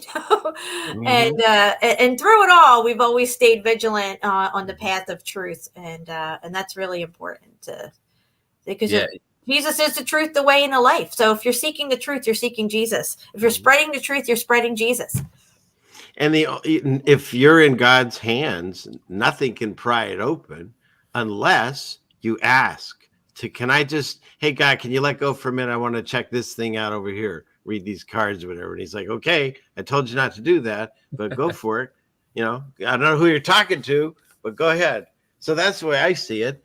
It's like once you find the path, he even mentions it. If you deviate off the path, or if you teach wrong, and you still say that you're doing his teachings, he gets the judgment day starts there. He's like, okay, I'm going to start with these people first, not the baddies and the Clintons or whoever we're thinking is the face behind the puppet or whatever. He's going to start with the ones who are accountable. Exactly. He's going to start with the people that are on a box preaching. And so that's why he says, get your shit in order, because we know. My girlfriend just texted me, the one that I gave all the change to. She says her last count on the change was $98. Wow. And that guy pulled out 100 pennies. And that guy pulled out 100. See how it was the exact amount of money. He did. Yeah. And the cool thing about that story is the guy offered to just give you the money, and he didn't know the actual number. So then once again, that was God saying, I've got your back, no matter what it is that you were short on. Yeah. It's amazing. It's amazing. Awesome. Love it. Yeah. I get goosebumps when this stuff happens because, I know the Holy Spirit is working through all of us, and you can really feel it when this stuff happens. And it's just like, it's so much better than anything physical in this world. There's no better feeling, Yeah. It's great. You know what I've been like hearing and seeing and dealing with a lot lately is individuals who find a really hard time like believing because X, Y, and Z keep happening to them. They can't seem to get out of the thank you so much. She just typed that, and we're talking about her. She has no clue I'm even live right now. Okay, it's like she's listening or something. I know she's not. Right. Go ahead, Steve. Sorry. I don't even know what I was about to say there. That kind of just went. I'm so sorry. Yeah, it's all She's good. pretty excited. Right. I'm sorry. It's okay. But all right, before you came, Ceiling Fan, we had some where did they go? Hold on. Damn it. We had a bunch of star photos. I have no idea where they all went. Give me 1 second. Let me see if they're okay. Yeah, there's that. So yeah, let me get that up, and then I'll open this over here. Okay. Boom.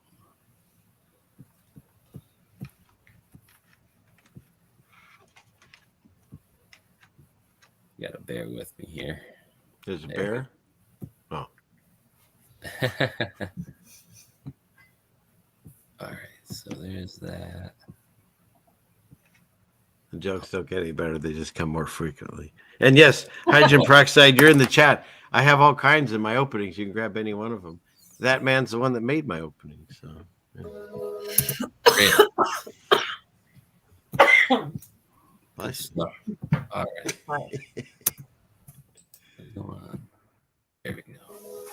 So yeah, just zoomed up stars, and I mean,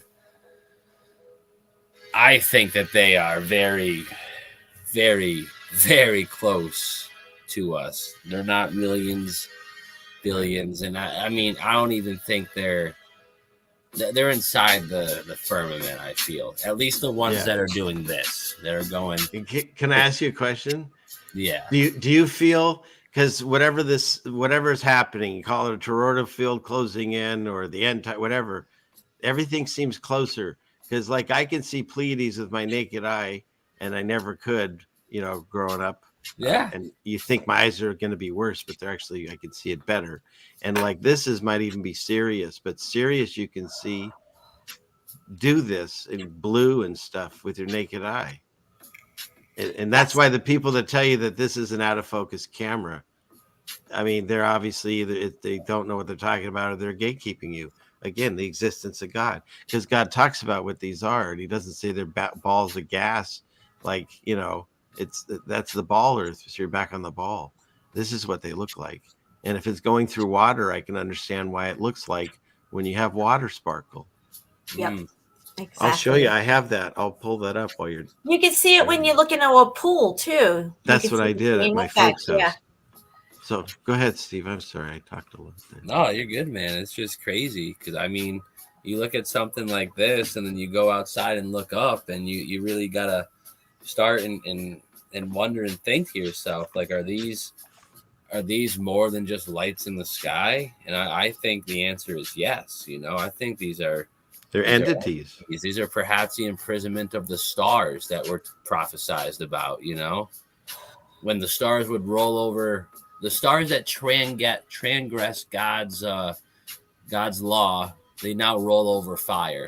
That's not a direct quote, but that's in the book somewhere. I've read that plenty of times. The ones that roll over in fire, I would say something like this, Yeah, it almost looks like they're being like scrambled or something. They're trying to escape, Jen. That's what's happening. Yeah, like you're saying with this prison, like this is an energy that's trapped them. You get a glimpse of what they look like. Like here, when it kind of straightens out, you can see that what it would look like, but there's something imprisoning it. That's amazing.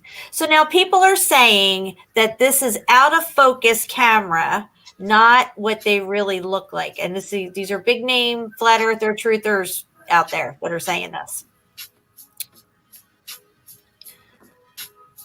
And it's just, look at the fluidity to it, like how the waters above, the waters from the waters, it's all right there. And that just, to me, proves that we're like submerged in some substance, and we call it the air, Yeah. I mean, if you're a being at the bottom of the ocean, you don't know that there's a whole nother atmosphere above you, a whole other layer of life, that's your world. And that's kind of where we are, I feel. And these are right above us. And look how violent that looks. I was just thinking that, Steve. I thought, look at how active it looks. Violent. Straight violence. Yeah. Incredible. Wow. That's weird that you said that, because that word literally popped into my head right before it came out of your mouth. So, Steve? Hey, Steve. Hey, buddy. I just sent your email 2 things that would go along with that star before you get off of them. Okay, hold on. In your email. I'm gonna pause this. I'm gonna pause that. So it's gonna complement this one here. Yeah, in a way, yeah, absolutely. Okay. Let me bring the email up so we're not. Where am I? Not going through There all my emails live. Yeah. No, it's because see again, I think to me the whole flat earth idea now is starting to see, like, since they won't talk about God, most of that group, it seems almost like maybe I need to cut away and call myself a Bible earth believer, because not only does God talk about how the sun and the moon actually work in Enoch, it's through the portals, and it has a sky clock to it. But then there's depths to the earth. It's not just completely flat, because there's beings and creatures and shale down below, and there's pillars, and there's, but so there's waters above and waters below. This was a bowl of water for my dogs on the porch. It was a sunny day, and I tried to get it so it's not moving at all. It's completely still water. But then when you look up on the ceiling of the porch, see what it does from the sunlight? You can see it. And isn't it looking like it doing the same thing the star does? It's the same thing. So right? And it's not me stomping on it. See, it's not moving. It's just the water, what it looks like with the light bouncing into the bowl onto the to the dirty ceiling of the porch. So they could be reflecting the other side of the dome water. So we don't actually know exactly what they look like, because some of that is the water we're seeing, because they're lighting it up behind them. Even if they're on the firmament and the water's behind them, they'd still light it up. Yep. And then the other one I sent you, Steve, is a pool. I thought it'd go smoother than that. Yeah. The other one I sent you, Steve, is a pool. There you go. See? Wow. And that's literally what we see. Yep. Right. And then if you've seen the pictures and stuff, when you see like a motorboat scraping along the water from, it looks just like a comet or whatever those things are. Perhaps, oh yeah, those were cool. Right, Imagine skipping that. across the firmament in the water or whatever, because we don't know what the firmament actually is. We all have guesses and stuff. That's the cool thing, is God says none of us know. And so, yeah, some of us maybe came to certain truths sooner than others, but we're all at the same point in time now. You know what I mean? Some people got to where I'm at 2 years before me, 5 years before me, 10 years before me. But now we're all at the same place, because we can talk about everything, can't prove any of it. The one thing we can prove is the existence of God. So that's the one thing we definitely have to make sure we talk about, because why is Curious George lost the tail? Hey, no one cares. The Bible is changing, and the words are getting to where you can't. The other day, and they were freaking out. Well, okay, but what I'm saying is in the great scheme of things, the fact that the Bible is changing, the words are getting to where you can't read the book. That book actually says it's going to happen when? In the end times. So if that's not what I think the Mandela effect's all about, that's what it's all about. So don't forget to mention God and the end times, or I feel that we're not serving our flock. It's a sign of the times of where we're at. This is one of the signs we were supposed to be looking for, and the signs in the sun, moon, and stars. And this is something that we need to pay attention to and recognize, and then definitely prep our souls because you're not doing anybody any favors by pointing out the Mandela effects without continuing on of the meaning behind it, why it's even showing up now the way it is. Maybe it's been happening forever. I don't know. I personally didn't see it happening myself throughout my lifetime until this particular time that we've entered. And I definitely see this as part of this end time event that's taking place. It's a process that we go through. And they don't want us to know what this sign even means. They try to make us look like we're crazy and stuff, but this is clearly extremely important to see it, to recognize it, and to understand what it means for us and where we're at in things here. So, all right, I got a shit ton of crazy shit. Let's start. We'll start with the one you sent me, Jen. Do I need volume for? I don't think so. Okay. Yeah, I just want to make sure. I wasn't going to share that. I'm looking at that later. Yeah, I don't think I need volume for any of these. So, or actually, no, we'll just play this. I'm undecisive.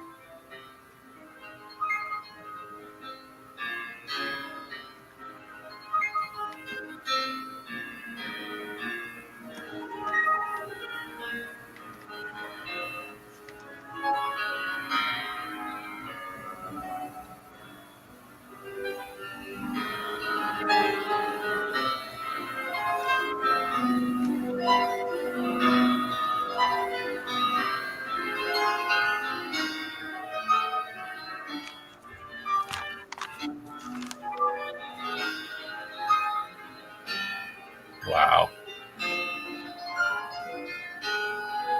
Wow, that's cool when they slow it down like that. Mm-hmm. It's like every color you could ever imagine. Yeah, it's the opposite of out of focus. It's never been so in focus to me. Exactly. Never seen anything so clear in your life. Yeah, they're beautiful. They're way better than NASA ever told us. Absolutely. I mean, think of that. That angel is changing colors, or whatever it is, that being. Because if the water is making it a little bit of a, shape change, it's definitely got lines that are changing and colors.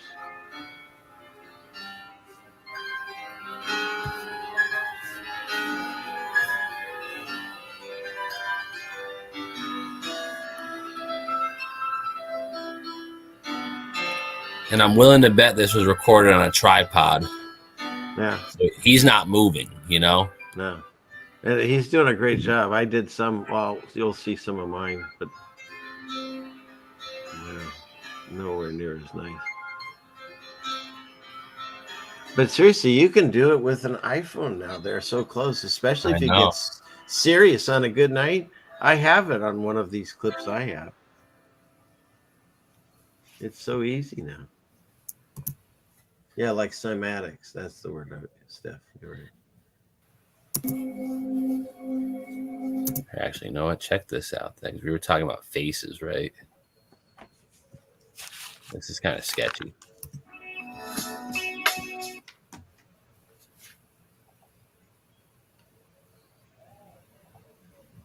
Like, let it focus for a second.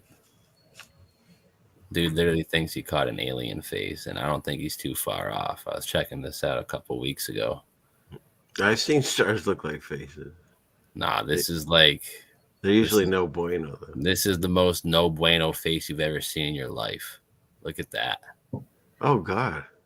What? No. Dude, that looks like if you turn that right side up, we can look. Yeah, let's flip it. Yeah, let's flip it. It looks like that lamb creature that Aleister Crowley fucking. Exactly. Yeah. Exactly, ladies and gentlemen. They look. And they used it in the Twilight Zone. The melted buildings look beautiful too, but this is probably who made them, in my opinion. Dude, that's creepy as fuck. I'm just saying, and that's literally the face that me and this chick caught, and then we got attacked in our car. Madness. Wow, look at that. Madness. Wow. Look at the fluidity.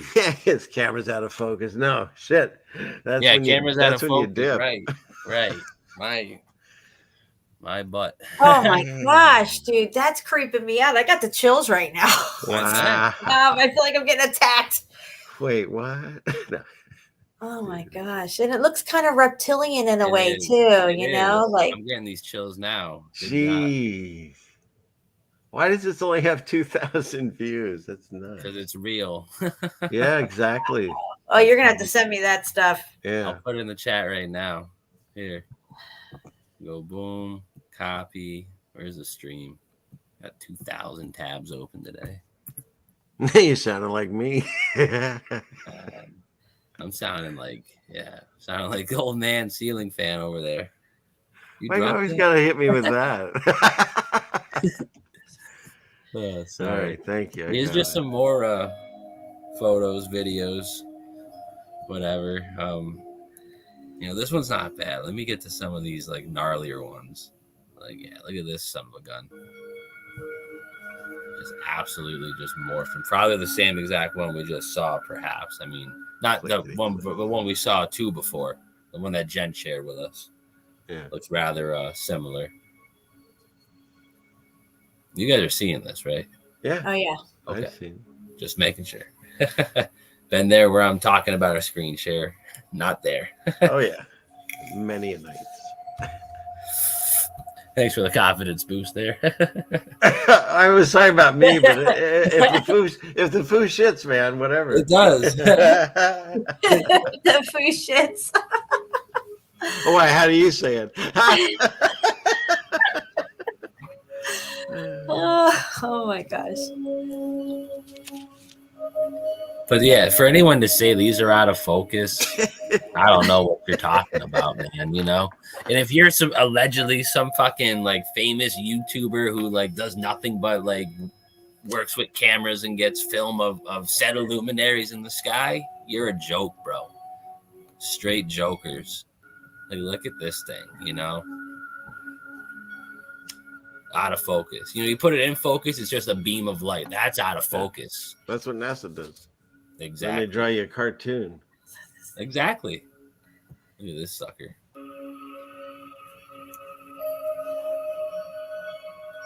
And I tried on one of mine. I had a like a little boom box, and I played that Christian Knapp song. What's that one? One of the Flat Earth ones he has, to see if it would dance to it. To me, it looked like it does, but who knows? It's hard to tell because these things bounce around on their own so much. Look at that perfect hexagon in that out of focus. See that?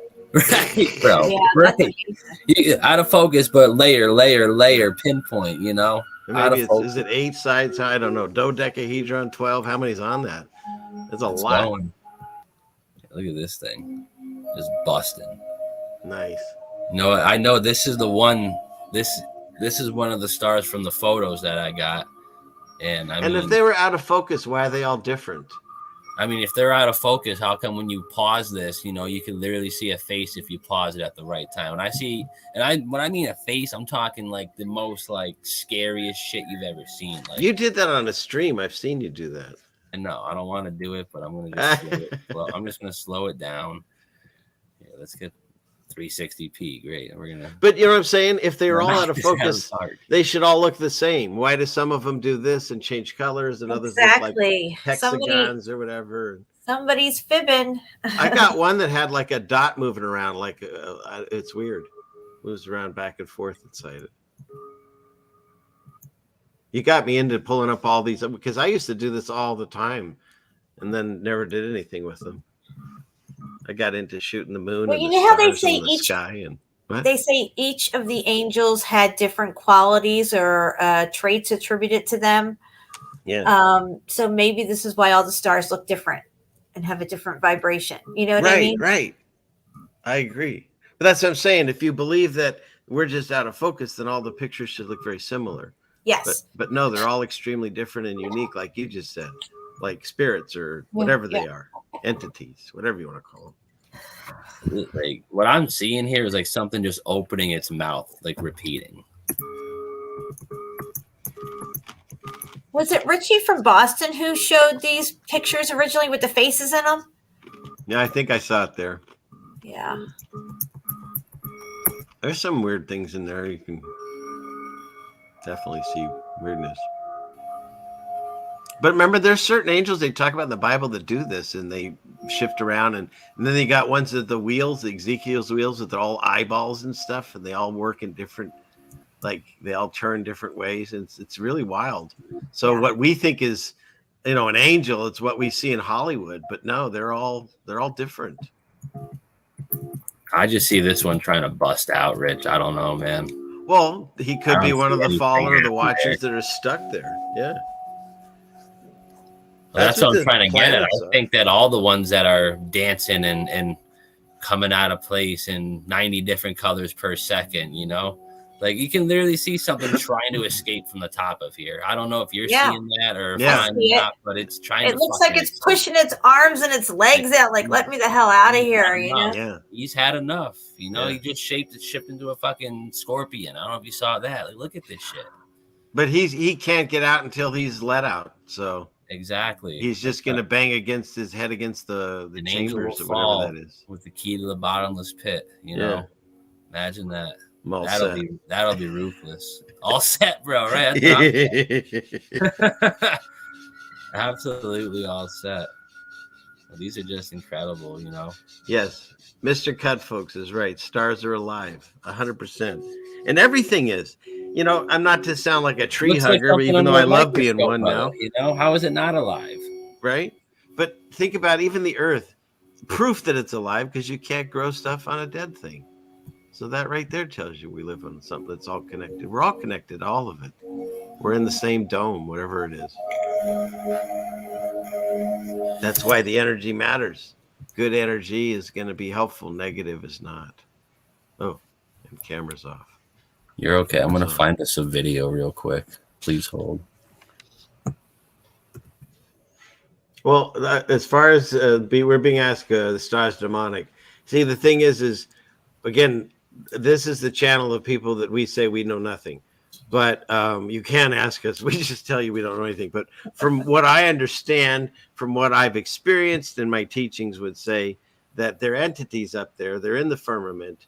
If they're on our side or not, or if they're trapped there or whatever, I can't tell you. But just remember that there's good and bad of angels, entities, whatever, and they live among us.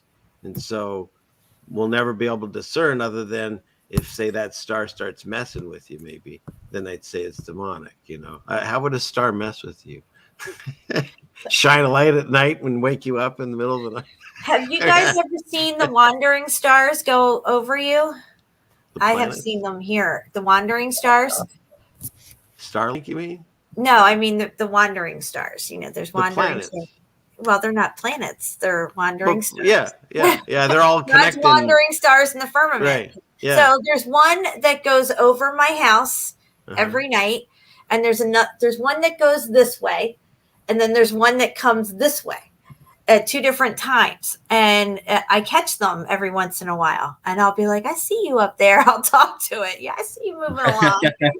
Well, and see, that's the other thing when you take it biblically. There's 7 stars that didn't listen to God, and so he trapped them for eternity until the end times. And there's 7 planets and Earth, because we live on Earth. And remember, they told us Pluto, which, by the way, they discovered the planet Pluto the same year they came out with the dog Pluto in Disney. And the dog's face is on the freaking planet, okay? But then they say it's not a planet, so it's really not one of them. So the other 7, those are the ones God talks about. They're all right there because they're the only ones that don't follow. They're always changing because they didn't listen to God and they didn't follow what they were supposed to do. So no matter what those things are, they have judgment just like we do. Yep. Everybody gets it, including things that are above us or more, whatever. Anyone here? No, I feel you. You're good. You feel me? Yes, you feel me. I feel you too. I feel you too, Jen. I feel you all. I feel you in the chat. Love you all. As long as you ain't feeling me up, we're good. Stop it. Well, you are above me, but no. My wife's watching, and this is a children's show. Yeah. What are we doing, Steve? What are we doing? You got any pictures? I have some. I got a video right here. All right, let's do it. It's of the moon rising. because I don't quite know what the moon is, and I don't know if you guys think the moon is, but for it just being a light, I don't think so. I think it's much more than that. I think it's much more than that. And Steve, there's a gentleman, Mr. Cut Folks, and he needed help, and he got it from someone tonight, got a place to sleep. He was a truck driver. So I just love reading these little stories. That's wonderful. As we look at that right now, good stuff, man. Right? Yeah. And all the good luck and good fortune and coincidence, if we count them as blessings, then you can't ignore God. He's right in front of you. That's right. This is cool. Look at this. Getting that edgy look. It looks like it's dissolving almost. Yeah. It's melting. It's liquid. It's coming out of that portal. Well, look at it. Talking about. If you read your book of Enoch, it says specifically there's 7 portals for the moon and the sun. You know, I don't know if that means there's 7 different ones, but look at it come out. Look at it come right out of the portal. Come right into your reality, because that wasn't there before. That wasn't over the ocean before, people. No. It just formed in your reality. Look at it forming. It's not a circle yet. It's not a circle until it's white. Until it's white. When it rises, it's orange, it's yellow, it's whatever. It's forming. It's not fully formed yet, I don't think. And I'm just speaking out of my mind and heart right now, because I don't know. I wasn't there, you know. Neither were you, you know. Yeah. But look at it. It's so crazy. You know, they can say it's the moisture in the atmosphere, you know. No. You know, maybe it is a little bit, but to the point of where it's like a completely different shape, you know, it's crazy. This is a good video, but there's one more. And that's the other thing I want to show. I'm proud to be a portal guy. Apparently that's a bad word now too. Really? That's what it means to be. I'm proud to be one of them, because Enoch specifically says that's how it works. I think it's hilarious that we're going to spend the rest of our lives trying to figure out something, when in my mind, it's been figured out. And what I do is what God tells me. I'm using the sun and the moon as my clock. I'll look up outside and see where the sun is during out the day. And the moon is a way to see things at night. That's what he says. And they potentially has the map on it of where we live, because there's a lot of natives that still believe that. So I'm going to keep looking into it. And I totally buy into the whole portal thing, because not only is it written, but these videos are pretty just incredible. Right. This is the moon coming right out of the ocean. This is from one of the harvest moons 2 or 3 years ago. Yeah. And they never explain properly why it turns these colors. No. And for anyone who's interested, someone on their go look up Richie from Boston on YouTube. I think they just chopped the channel finally. After 2 years of locking them out. Looks like they just took it down. Huh. Yeah. But see, like, let's say you don't this on Odyssey, but yeah. Let's say you don't buy into the ball theory. How do you explain why the moon starts out orange and stuff? Right. If you're on a flat surface. First of all, why does it just show up in the sky like a Death Star, you know? Yeah. Yeah, and then it gets smaller. Funny? That thing was, even if you subscribe to that, it looks like it's the size of the moon, and it was always inside the atmosphere of the planet it was attacking, you know, for whatever that's worth, you know. It was just a moon base, you know, but I mean, look at this thing, you know, completely just liquefied. And why do you guys think that, like, everything has to do with water and liquid, you know, even in the old awesome world of finance, you get liquidated, you know, it's the cash flow, you know, everything's liquid, everything's fluid, you know, fluidity. It's where we are. Currency, current. Exactly. I know you put me on to all that shit years ago before we even that Admiralty law. Yeah. We're swimming in an ocean, but you walk out your door, you step out on the land. There's no ocean out there. But it would make sense if this place is, you know, 78% actually water. The water's above, the water's below. You know, that's how they get away with it in a court of law.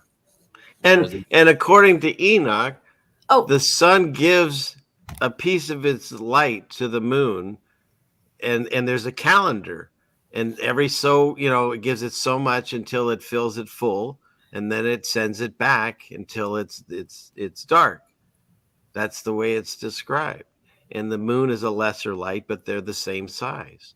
And that's exactly how we see it. Because the description that the light is bouncing off of it on a full moon, it's ludicrous. You can't recreate that except up in the moon. And you can see Tycho crater that's like 50 or 60 miles across, and you can see it, and the moon's 239,000 miles away. Like, when you start thinking of it logically, like, how did we believe it all these years? Why? Because ever since we were a kid, they just said someone smarter figured it out. And that's why I find it fascinating that you go as far as you can in truth, and you get to a community, and then what do? You just start listening to people thinking, well, they came to it sooner, they're smarter than me, I'll just let them figure it out for me. But no, we need to keep looking and doing it ourselves and finding stuff like this to prove to you, no, it's not what they're telling us. No, I don't believe that the UN decided to give us the correct flat earth map. I don't think they would do that. It's stupid. Why do we suddenly believe the same people we used to goof on and mainstream articles we're talking about and stuff? Like, what's going on in the community? It makes no sense to me. And I don't know. Let's talk about the moon. It's crazy. And something else about the moon. A couple of years ago, Richie got this crazy video of the moon coming up during the midday or whatever. And, if the moon's 237, 39, 35 million miles away, why is it coming in more clear into focus than the skyline of Boston, which is 5 miles away from Richie? They were coming in more clear than the skyline, the moon was. It doesn't make sense. Mm-hmm. It would only make sense if you're, if the moon's very close and local, Yeah. And the other thing is that moon right there. So there, like I said, you can look back, and I'm starting to look into it. Now, anytime someone tells me this is stupid and don't look into it, that's where I'm going now. And so I was told that it's stupid and not to look into that the moon could have a map of us. And now I start looking into it. Here's some of the things on the coincidence shelf. If God was going to put a map to where we live, where would he put it? Right above our heads so we can look up and see where we live. That's the first thing. Second of all, if you go back, the globe that we still work off of, and then even if you take the same continents and you shape them around to a FE map, you're still using the same thing that was given us by who? Hollywood. Because you can look at RKO pictures going back to the early 1900s, and they had the exact same Earth spinning around on those, and Universal before they had the cake technology to go out and see it. And so you could say, oh, well, some guy in a boat figured it out. Have you ever been on a boat looking at land? It's like almost impossible to get the exact shape. You're telling me an RKO pictures got the exact shape of the Earth before we ever went to space? And that's the one you're still using? See, that's what I'm saying. I think we're still being led astray from what it looks like. And maybe because I think all the continents are still together. What do you think of that? And that what happened is when the flood happened, there's water that dipped in some areas and stayed in others. And so, I think that's why it's all still interconnected, and how they teach us how we live. I don't know the exact shape of how everything curves around, but no, there's so much that I think we're ignoring because we keep circling around on the same, what is that Pink Floyd song? This is the same old ground, right? Yep. And we find the same old fears. Yeah. So Jen, you sent me this photo here. This is of a star. They froze framed the star in 4 different forms here. Yeah, I thought it was interesting. I think the one on the top right looks like a face looking upward. You can see the 2 eyes, the nose, and the mouth, which that's kind of similar to the one that I had gotten a picture of on my phone, but it was actually looking downward towards Earth. Yeah, and then you have that one there. That one's really face there a little bit, really creepy. More. He looks angry and pissed off, like he's in mid-shift. It looks like he's got like horns on his face. You see that? Yeah. No bueno. No bueno. I said it first. Very interesting. And yeah, I mean, it's just more or less what we were just showing. It's these things in the sky. They're more than lights, you know. Also, I wanted to mention on the topic of water and everything's water, we come through our mother's water. That's our portal in here. So we actually come through water, you know, when we're born. Absolutely. Did you want me to show you the You got a video screen to that I share? have? Share it up, brother. Share it up. All right. Let's see if I can do this. I'm actually going to show some photos that I took the other day on an adventure. So if we got some more luminaries we want to show, All let's get them out now, baby. Yeah. I'm working. Clickety click. Click clack. Come on. It's clickety click. It's okay. I wasn't even prepared for half the stuff I showed tonight anyway. So. Okay. So can you see that? I don't see anything yet. You're Oh, there live. it goes. There it goes. You see it? Okay. Yep. So you can talk over this. This is with my iPhone. I shot these.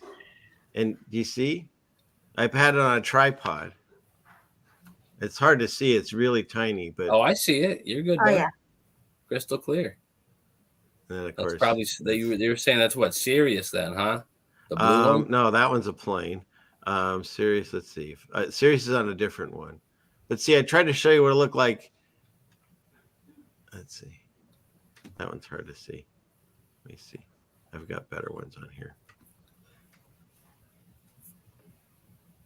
That's pretty cool there. Just the fact that it's like changing shape and color inside of it. Wow. But here, there's other ones in here. Okay.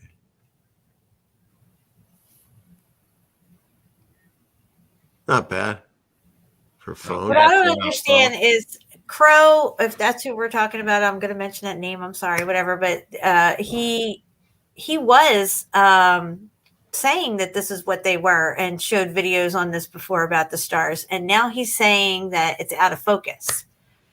Yeah, I don't see why Funny how the narrative changes. Really bizarre. Until we get to the great revealing, you know. I've hit my camera. So you can even see lines in here. When you tap your screen to focus and focus and focus and focus over and over again, and then it finally comes out and it's that. And it's undeniable. See, I try to make it out of focus and you could still see things in there. Exactly. Absolutely crazy. So let's see. What's this one? Shout out to everyone in the chat. We got 100 on both the YouTube channels. Oh, excellent. A couple still hanging out on Rockfin. Let's see.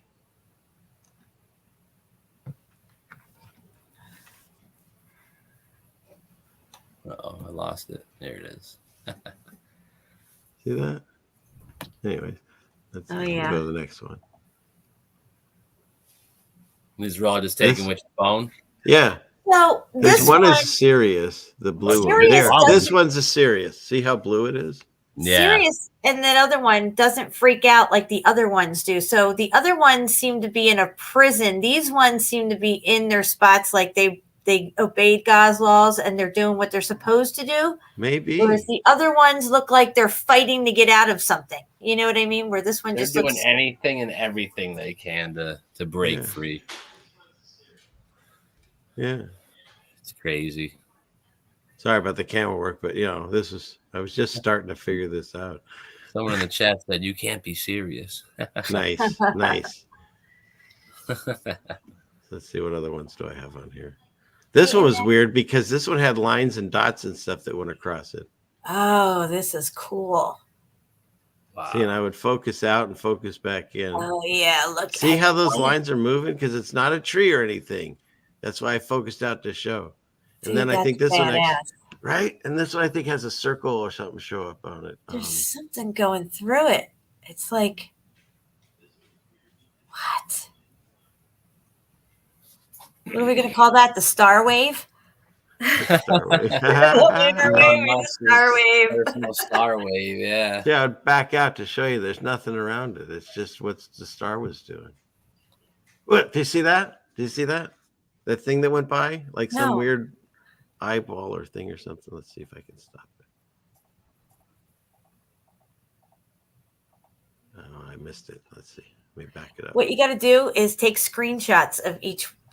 Just keep screenshotting as this thing's playing on your phone or something if you can, and you'll probably catch a lot of stuff. I don't know if I could do it live, but it's on my computer right here. But it was right about here. Let's see. There, you see, it's coming. This. Oh thing. yeah, see that black thing? Yeah.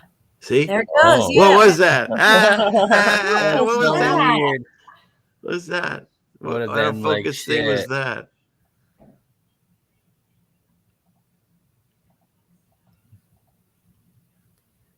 He said, "I'll see you later." Whoop. Where'd it go? It's around here, I think.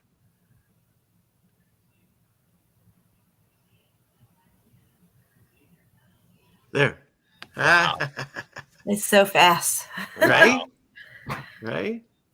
I'll try to screenshot that and see what that looks like. But that was a cool one. And then what's this? Oh, I wanted to shoot because the moon was it was the moon, and I'm trying to think which of the wandering stars was out there. Do you remember this? I think it was like a year or two ago when there was a planet out, or Venus, or one of them. Remember they were making comments that looked like the Turkish flag kind of thing. Yeah. Yes. I forget About a what year star ago. or plane it's supposed to be. But what I thought was cool about this one, I'll just see if I can get it to where it's in focus. Because see, I wanted to see the moon's out of focus, but the star looks in focus because I went farther. You see what I'm saying? I was trying to show that it's not that it's out of focus. Also, though, the moon is closer. So, these stars in the firmament are further back behind the sun and the moon. Right. So when I focused away from the moon, see, it's in focus. But when I bring the moon into focus, which is cool because you can actually see here. Let me back it up here. It just looks. You can like actually see the outside of the moon. top of the moon, and Just now it's behind just the moon. a The white moon's dot. bigger anyway, so it's obviously gonna. Yeah. I see what you're saying. Mm-hmm. You could also see the whole moon here. It's really kind of cool. I know. I saw that in a couple clips before. The See? outline of the blackness. Now I take that out of focus, and look what this does. It starts dancing. Imagine that. Imagine that. Now it's like, what is it? Like a conch shell, or I don't know. There's a bunch of different rings in there. Wow. Wheels within wheels. Right? These things are fascinating. They really are. Absolutely. It's interesting that they don't ever even, in the science books or anything, ever even mention how they look out of focus. No. Or even try to explain away what that would be or anything. No. Not until now when we're all looking at it and then they're like, oh, yeah, it's just out of focus. Go back. And when you're a kid, what do they make you do? Draw pentagrams in the sky. Exactly. Yes. They don't have you draw, These don't look like pentagrams. Look at that. Look at that. Wow. If it would stay. Bad camera, sorry. Yeah, you gotta hire a new guy. Well, this was in the beginnings of my, So you're zooming in on the object that's further away, and as you zoom in, you have to refocus. And as it focuses with the zoom, this is what we're getting. So on the moon, you were focusing on that because that was closer, but then you had to go over to that smaller object, which is to zoom in on because it's further away. Mm-hmm. Yeah. And then the moon was out of focus. And I wanted to show, I think this one was like a plane. Or no, this one was weird. This one showed up in the sky and it stayed for a while and then I couldn't find it again. And it was red. Yeah, some of them that come up real low on the horizon don't stay very long. No. They kind of pop in and then boom, they're gone. It's like 5 minutes, it's just gone. Wow. You see all the different, if it would hold still. I look at, and the light is totally different. And there's like different shapes. It's just, they're fascinating. Even more fascinating if you can hold the camera still. What else we got? And then this is the one I took from the plane, which no one still can explain to me what's going on. I've shown this multiple times. It's the oldest video I have on my channel. And you got a white sun here. not very much distance between the two, and it turns yellow here. And some people say, well, it's just a reflection on the water, but it's just weird to me that it changes so drastically right here. And there's two separate light sources down here. There's this one, and then there's a break and another one. You know what? I think the upper one is Polaris. I think the one down the orange one is our sun, right? And I think the one above it, the white one, is Polaris. That'd be I mean, I don't know. trippy. I could be completely wrong. I'm just That'd saying. freak me out if I felt Polaris, but wow. Shoot. Isn't that something? It is really something, ceiling fan. For real. That's very true. That's very true. Yeah. So. It's very interesting. And I wanted to show, see, those are the mountains. And then. Wow. I don't know. Boom, baby. Yeah, this is the first thing I think I ever put online. It's on my channel. And who's it? Paul, I think. That What year was this? Researcher. Was it 3-4 years? Something like that. Whenever I started my channel. Yeah, because I put it to the music from the Polaris Mandela effect happened about 3, 4, 5 years ago, where it's not stationary in its position; it's wobbling now. So, anyways, I think that's it. Oh wait, what's this? But wait, there's more. Satellite tracking continues. Right? Thanks. Got all my taglines. Live feed from the ceiling fan, man. Hey, look at that one. It looks like it's like, you see those balls that you touch and the shock stuff comes off of it? Like, what's his name? Tesla. Yeah. You see the thing shooting off of that? No, I don't see it. I gotta get my magnifying glass. I know it's small. I'm sorry. Let's see. Can I make that any larger? That's about it. Here, I'll back it up. Everybody just leaning onto your phone or your computer screen. That's what I'm doing. All right, hang on. Hold still. I'm talking to myself in the past. There. Oh, I see it. Do you see that? Looks like it's shooting out of it. Yeah. Oh, that's a sparkly one. Right? They're all different. It's bedazzled. I like it. Fantastic. Oh. Yeah, I did pretty good holding the. This was with the tripod, but I'm tracking that one. All right. Is that it? Oh no. No, Suso. I saw Suso in the chat earlier. Hey, what's up, Suso? He had a couple years ago had filmed the stars too, and on his, and he was all focused in. He had his stuff all lined out and everything. I think we would know if we were out of focus, guys. Yeah. Right. Suso had so much footage. He was showing us footage he's never even shown before because he had so much footage. There, now you can see it popping out. Yeah, look at that thing. Oh yeah. It reminds me of like static TV. Static, yes.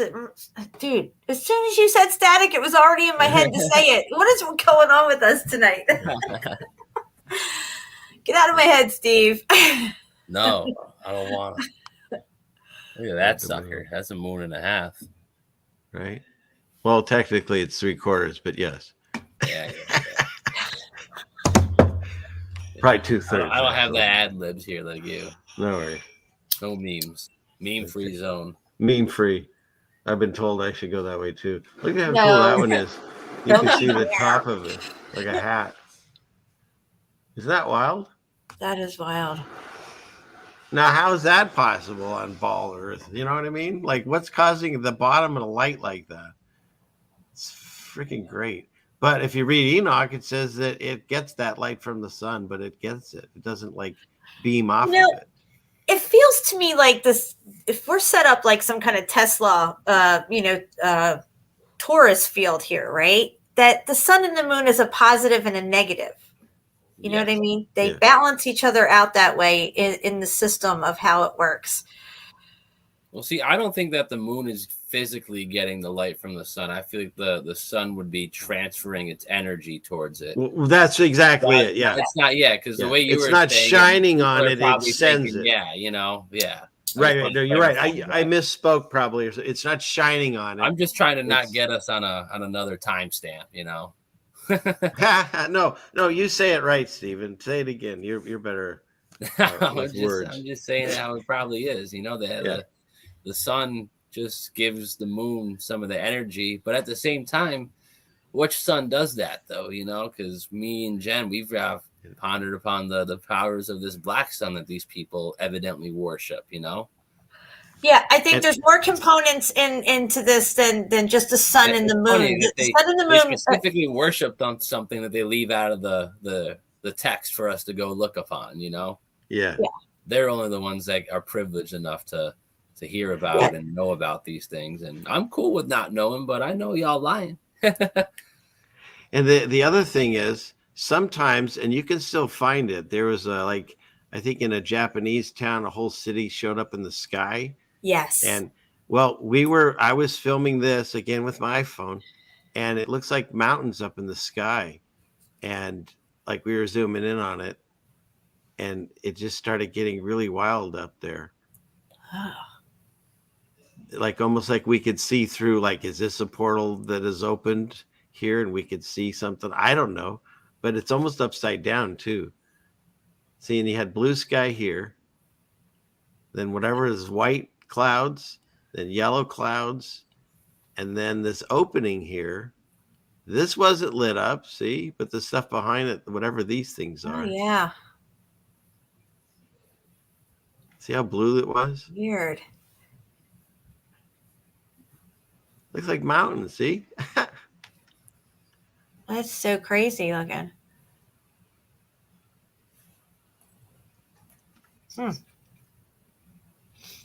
Was this after a storm? Was a storm coming? What was going on here? There wasn't a storm. We just, wow. That was like around sunset, I guess. That's really dramatic. I know, right? Everybody's got to keep looking up. There's some crazy stuff going on. Written about in a book nobody's supposed to read. And it has a snake in it, even if you don't believe that. I saw something white in the sky up there, like a little white dot, just 30 seconds ago. Well, here, say when. It was up in the blue part, the top part of the screen when it comes up between some clouds. It looked like a little white dot. I keep going. Is it?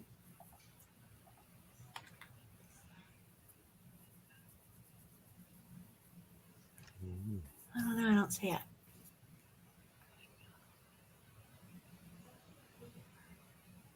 Anyway, I think that's all I got on my show and tell for things in the sky. No, but it's beautiful. Right? Yeah. Wonderful stuff. Good looks. Good looks. This is me. I'm like this with my glasses on, trying to look through this thing. Oh my gosh. I should probably clean it off too. That's probably the way that I saw. Well, you were showing some home videos. I found one of a star I took about two years ago, actually. Let's let the phone focus. I remember this one. Yeah, there's a bunch of stars in the sky that night. This one wasn't really too clear, but the one that I focus in on next is just unreal. Yeah, it's easy, but not easy, isn't it? Oh, it's difficult. Look at that thing. Boom. Wow. Pulsating. Boom. Yeah, that's some serious energy right there.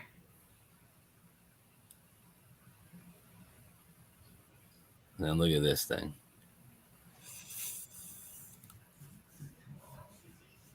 Bam. Look at that. And they call that Venus. I call Yeah, that see, that's the one that's like shooting things around it too. That might have been Venus that I was showing. Venus is the one where I found that face in it. I think it was Venus when I did my screenshots on it. I don't know. It's just crazy stuff going on with these stars. And they're all so close. And I mean, I was filming this years ago with a outdated iPhone, you know? Like imagine what you can really get out there. Right. And they are discussing in the chat. It's a lot harder now because they're spraying so much. It's hard to get a clear sky. but you Yeah. still get them sometimes. Oh yeah, they've been rocking it out, dude. I've been having problems focusing on the moon at all with my phone. Like, I don't know why I can't get a good moon shot with my phone anymore. But my You're older right. phones, I could. I agree 100% because that stuff that I showed of the moon, I think the ones that I had of that one of the moon was with an actual camera. But my moon stuff was way better on an older phone than anything that's now. And mine's still not that new. Whatever, 10 or earlier, the one before. So, but yeah, it looks like a blob now. You can look at it, looks amazing, and you take a picture, it's just a white blob. Yeah. I had one camera, I think it was a Nikon something or other. I don't know. But anyway, the moon was really low in the sky and it was huge. It was like a harvest moon or something, super moon. I don't know. So I went up to the top of the hill down the road of mine to take a picture of it. Right. So I get up on the hill. I'm looking at the moon. I'm pointing my camera at it. There's no moon in my camera. I could not take a picture of this thing. It was bizarre. And I even had a friend with me and I'm like, do you see this? There's no moon in this camera. There's something about all of our cameras, Jen, because two things. One is I have a video where I was taking my cell phone of a camera shooting at a star, and it was a different color. And there's also times that when you look at anything with your naked eye, it's way closer than anything you take with any camera. You always have to zoom in to get the same view that you're getting. So for some reason, in all cameras and all phones and whatever, they have this thing where it pushes it farther out. I know they could do something to correct it, but it's all cameras. So everything looks smaller and farther away than it really is. Yep. Yeah, it was bizarre. I mean, I could pick up everything else on it. Videoed street lights. The girl that was with me, I was even talking with her on video because I was trying to video it on this little Nikon camera that I had, and it was just wasn't there. I just couldn't get it. I got it out somehow. Yeah. It was bizarre, and it was a huge moon, and it was right there, low on the horizon. We were at the top of the hill, and I was so I only walked down there to do that and nothing else, and I couldn't even get it on my camera. Crazy. Yeah. What do we got here, Steven? So, what day is today? Monday? I think about a week ago, me and Marika hung out, went on a couple little like half hikes in the woods, and there was just some interesting things to be found in the woods near where all the water was and whatnot. But I mean, what do you see here? Do you see like stones, or you see like natural rocks? You know, I see a bunch of stones just blasted. You know, I see them all blasted, and I'm not sure which way I should go here, but we'll go this way first. This is more or less kind of the same thing, but I mean, if you look at this here, this is all wood, and underneath there's going to be another photo after. You're going to see how it's just sheets of just flat rock or flat stones just piled on top of each other that have just come completely out of the mountain, as you can kind of see here. Like, this is one flat line. Here's another flat line, and you have all this land just growing over it. You know, makes you think what came first, nature or this demolished hill? You know, just very crazy. And all throughout this little brook, this little stream is just more of the same. You know, much more of the same. Wow. And it was a nice little spot in the woods too, nice and cool. The water was great. Definitely took a sip. A lot of right angles. A lot of right angles. I got a money shot at right angles. Yeah, look at these over here. Oh, look at that. Yeah. Yeah. Bricks laying on the ground. Literally, bro. Like, just in the middle of the woods. They're everywhere. Middle of the woods. Yeah. And the thing about this whole like area was it kind of just like shot up the hill, and this is like the highest point because it dips down and then shoots back up like the rest of the little mountain. But it just the amount of just bricks and rocks that there were everywhere. All right, perfect. So we'll go this way now. And this is just outside of one of the little parks that we went into where there was some good views and whatnot, like up on top of this little Yeah, I was mountain. gonna say, here with what's this way up castle. there? You'll see. Wow, look at that. That's You'll a see. melted castle. That's the money shot. We got Yeah. all the way up there. It's crazy. Oh, And wow. everything below it Absolutely is still crazy. part of it. It just looks like a mountain. Look at this. Cooked.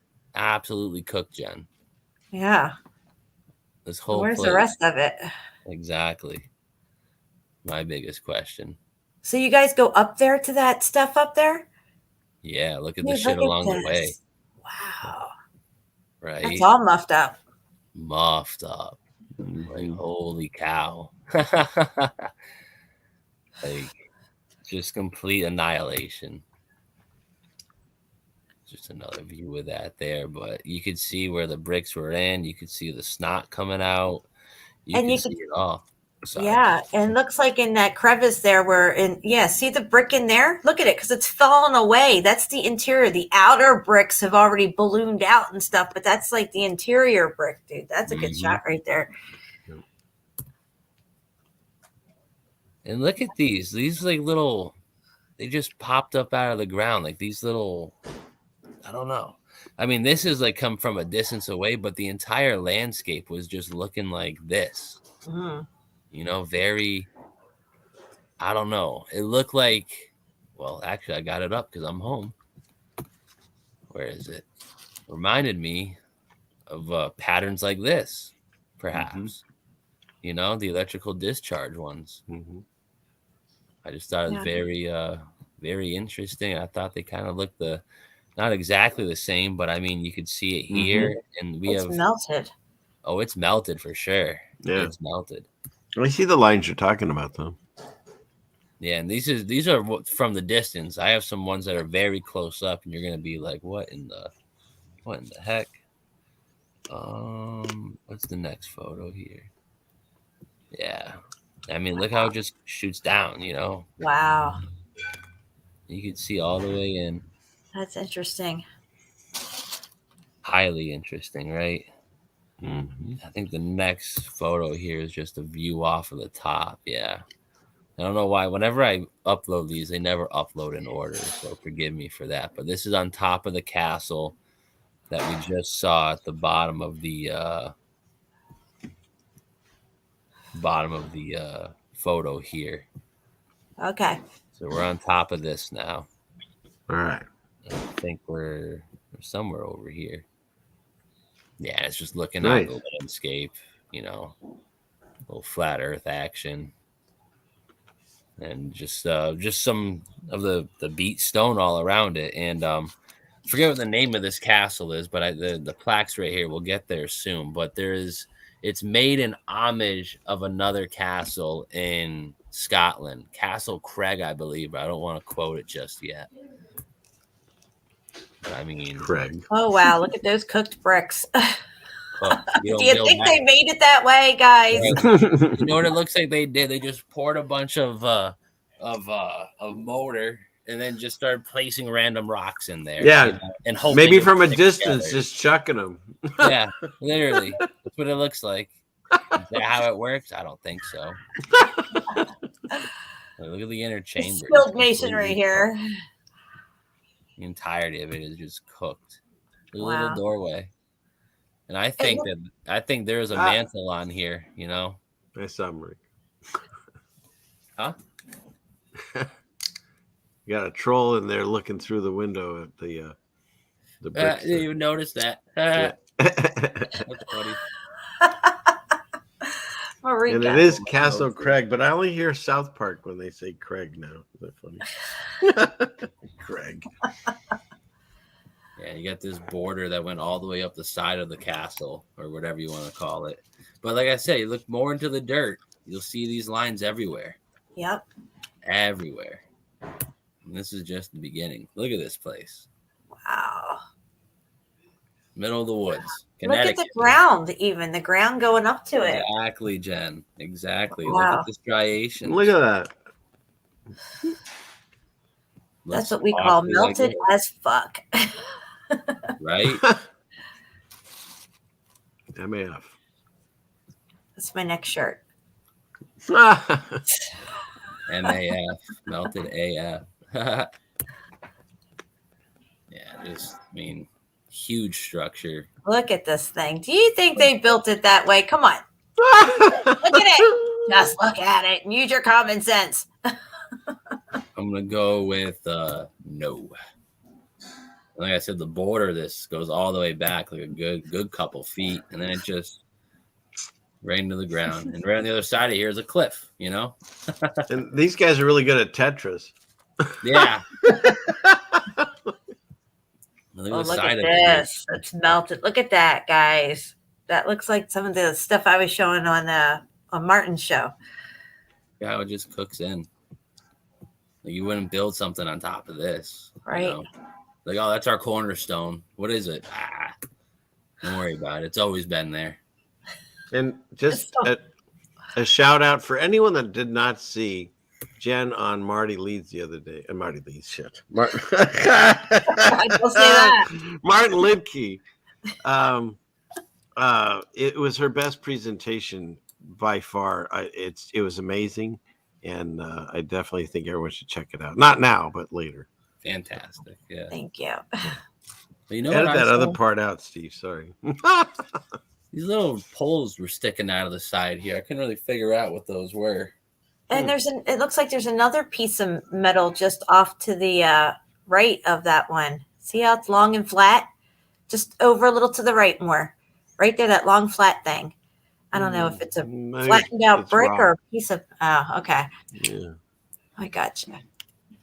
Yeah, that's interesting. I don't know if they did that for drainage or what, if they went in and drilled that and put those in, but that bottom part there, that's all part of the building too, guys. That's just all melted right up. That's a great picture. Yeah. Got it all. There she is. Castle Craig. Craig. Yep. Dedicated October 1900. The plaque, not the place. The plaque, not the place. But yeah, Castle Craig Tower stands 32 feet on a 976 peak in Meriden, Connecticut, Hubbard Park, blah, blah, blah. Distinction of being at the highest point within 25 miles of the coast. Who built it? I mean, the plaque was dedicated in 1900, which I don't know. It looks like a brand new plaque to me, but who built it? Does it say who built it? Not quite. No, it just says modeled after an ancient castle in Scotland. Well, others claim. Ancient. You see, why would they put that? Because nobody knows. Right. You're going to take the time to build that and hammer it out and chisel it out and say, others claim that this is, they don't know. It looks like they came along, slapped a plaque on it like everything else, and moved along. Okay, that was already there. Right. If you guys are trying to free yourselves from the European bounds in the 1800s, why would you build something that looks like that place, Yeah. And that's what I was thinking too when they talk about how this architecture is all around the world. If you're coming to the new world, wouldn't you build new architecture, not the same old crap from the same old place you came from? But just the fact that they're like announcing to the world, this is a completely made up story. We don't know. Yeah. People say this, so we thought we'd make a plaque and then sell tickets. You know what I mean? It's always in the verbiage, and that was a good catch because this is what they do. They'll say even if it was founded or that they claim something or they're not sure, but it's this, and that's what people need to pay attention to. Even though they're the authority and they're writing this stuff up, it doesn't mean that it's true, guys. They're making most of this crap up. Right. When was the last time you opened a history book or turn on the mainstream media news machine and they gave you something that was true? Right. They still tell you the pyramids are tombs, guys. Okay, so there's that. Oh, what the newest claim is? They were made to store rice. Oh, is come that on. Come on. Oh, wow. Come on. That's what I heard. The tomb one was better than that. Yeah, I like the tomb one better. Yeah. Rice, that's stupid. It's going to store all the They're rice. just giant rice To the roof, silos now. baby. Oh, Yep. my God. Yep. They 10,000. rolled the rice out when it was done. Well, then why is there so much damn corn in the Bible now? So they weren't storing rice, the corn, they were storing rice, huh? All right. Yeah, crazy. Imagine that. Hey, Jen, when you get a chance, if you have that thing with Martin Lidke, put it there somehow. Oh, Tell yeah, people yeah. where to find it. Oops. If that's allowed, Steve, but I'm sure. Could be. But so what we're gonna look at next is part of the same melted mountain range, I guess you can call it, just like maybe like 5 or like 10 miles to the west of the castle. That's where these next series of photos are gonna come from. And I mean, more of the same, just complete meltation, you know, just melted out beyond belief. Like just incredible.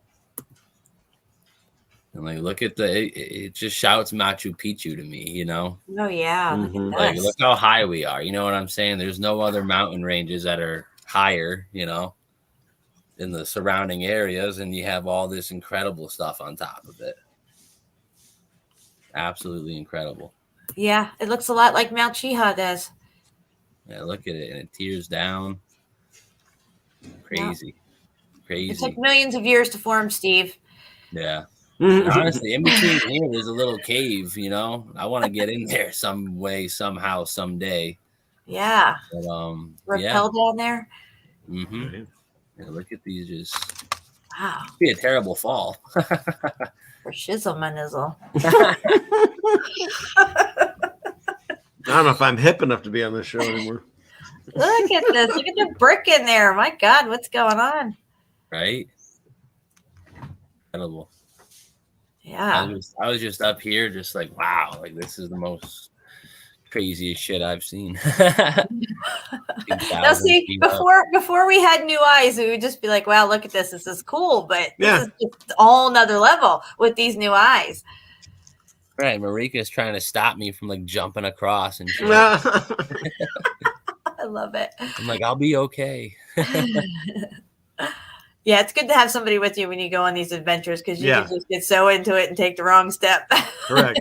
Right. End up stranded over here for who knows how long, waiting for a helicopter to come rescue me. It's nice to have, like, say, another voice of reason to say, maybe not. Let's not do that. Look at the lines. Look at the lines running down. You can there are parallel lines running down it.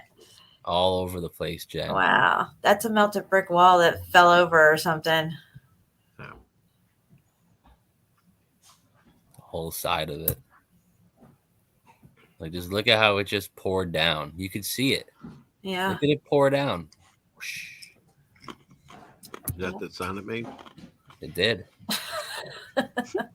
Indeed. But bunch of like random little holes in these sides here. Maybe they were trying to like excavate or get some of the minerals out there, the stuff that was already in there. Piece of gold. Yeah, just crazy stuff.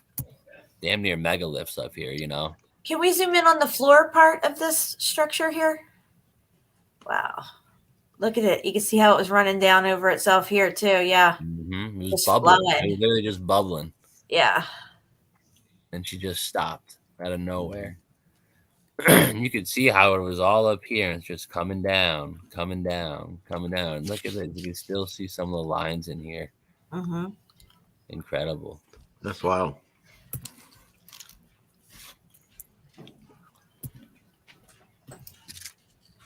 Look at these, Jen. Tell me those aren't brick lines. Everywhere. Oh, wow. Oh, my Everywhere. God. Wow. What I'm saying. I was like, This is wow. really good. I was like, we're going to be up here for a little bit. Pack a lunch. Oh, look at this. Wow. Wow. I got some cool stuff to show you that's going to go right with this stuff. As a matter of fact, could I screen share real quick? And then we'll come right back to this picture that you're on. Yeah. Here, let me exit mine. Do it up. All right. Straight lines everywhere. Damn right, Marika. She was there. Oh my God. I have other photos I got to share too. Let me go download those while you share these. Can you see these? Yes. Okay. So on the bottom here, we have, this is a structure Okay, you can see the brick lines here and stuff. It's some type of ruin, you might say, right? But it looks just like this up here, which is supposedly a geological natural formation. And then some people were asking about the brick. How do they stay in line? How do they get wavy with each other and stuff? And here you could see a melted building that is slumped over on its side here with the same parallel running lines. Mm-hmm. And you can even see the structure there it's fallen on its side. Now here we have what's supposed to be a natural land formation. The brick has actually, come up and bent over, but it's all still running parallel with itself. And then down here we have what is another type of old ruined structure here, where you can see the brick got wavy on itself. It's right there. And then here as well, you could see more brick pattern. We see this pattern a lot in Petra. This is the brick that's melted and it's gotten wavy and bent, like kind of melting down on itself here. So I just wanted to show you guys those comparisons there, because they tell us that these are mineral layers. And that one that looks green on the top right, Uh-huh. I have that old etching that is identical to that picture. Oh, yes. I think I know what you're talking about. Have you shown me it? I have it if you want to see it. It's Kitcher's map, part of the Mountains of the Moon, which don't exist anymore. Look at that. That's crazy, guys. All right. I'm going to come off the screen share. I'll show you it real quick here. It's right there. We're taking over Steven's show. Sorry. Here. Do you see it? Not yet. Hold on. Oh, yeah. There it is. Yep. Right? I remember this. Yeah. And see, this is called the Mountains of the Moon in Africa, and they don't exist. So where'd they go? They were thought to be the source of the Nile, and they don't exist. Huh. Just what's that other one? Mount Meru. It's supposedly existed, but it doesn't exist. It's weird. Maybe that's the portal for the moon. It could be. Well, remember what Jen said when she gave us that definition of a mountain? It's literally, nothing. Yeah, it was anything but natural. What was that? What did you say? Yeah, there's no standardized geological meaning for the word mountain. There's no standardized geological meaning for it. It just means it's a heap of something. Yeah. It's a descriptive. If you say, oh, well, that's a mountain, because we've been conditioned to call these things mountains. But what is a mountain? It's a mountain of money, a mountain of mud, a mountain of shit, whatever. It's a mountain something, mountain of love. It's a mountain of melted buildings. That's what it is. Boom, baby.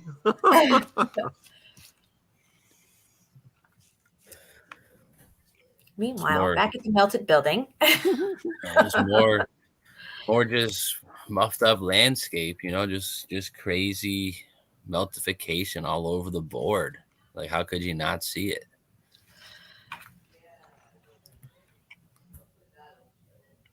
Look at this across the way. Oh, wow. Absolutely. The zip line over there. Wow. That'd be something. You're giving me ideas. Uh-oh.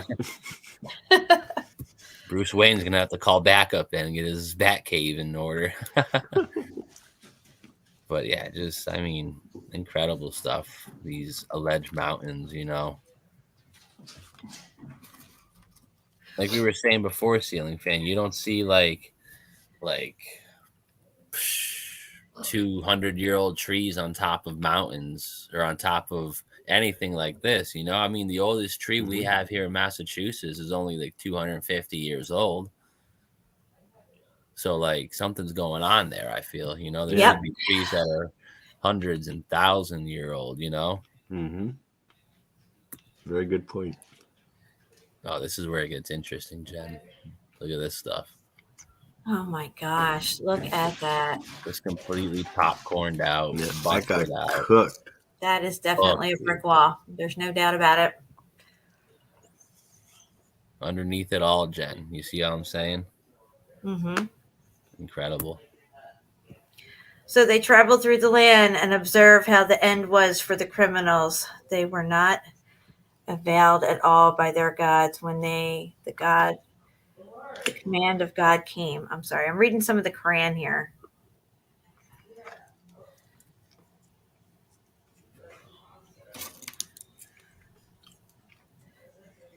I got a bunch of good photos of the floor. I don't know where they are. They might be a little later on. Get ready to check some of this out here. Or actually, if they're on the floor, did you look down? Yeah. Well, this is like some of the stuff I wanted to show here, but I have better photos in a little bit. Like I said, they don't really like one of these right here, Jen, just sticking out of nowhere. Wow. Just all through up this little mountainside. They just little layers of just stone like that, just sticking out, looking suspect, that highly suspect, you know? Oh, yeah. And look at this. Middle of the woods. The absolute middle of the woods. Was that Lucy and Ethel built that? I don't know who that is, but I hope. Oh, shit. And what are they keeping warm in this fireplace here? It's just for the rest of the building. No, there was an I Love Lucy episode where they took apart a really nice put together grill and then they redid it. It looked like crap. Uh-huh. Kind of like this. Yeah, it looks like that's what happened here. And you can there's bricks, you know? Yeah. Like why would you have these over the bricks unless these are the bricks? It's very evident right here. It's just 2 bricks, maybe 2.5 that are just split on top of each other, melted together. Look at over here. Look at the snot pouring out. Oh, yeah. This is really good, Steve.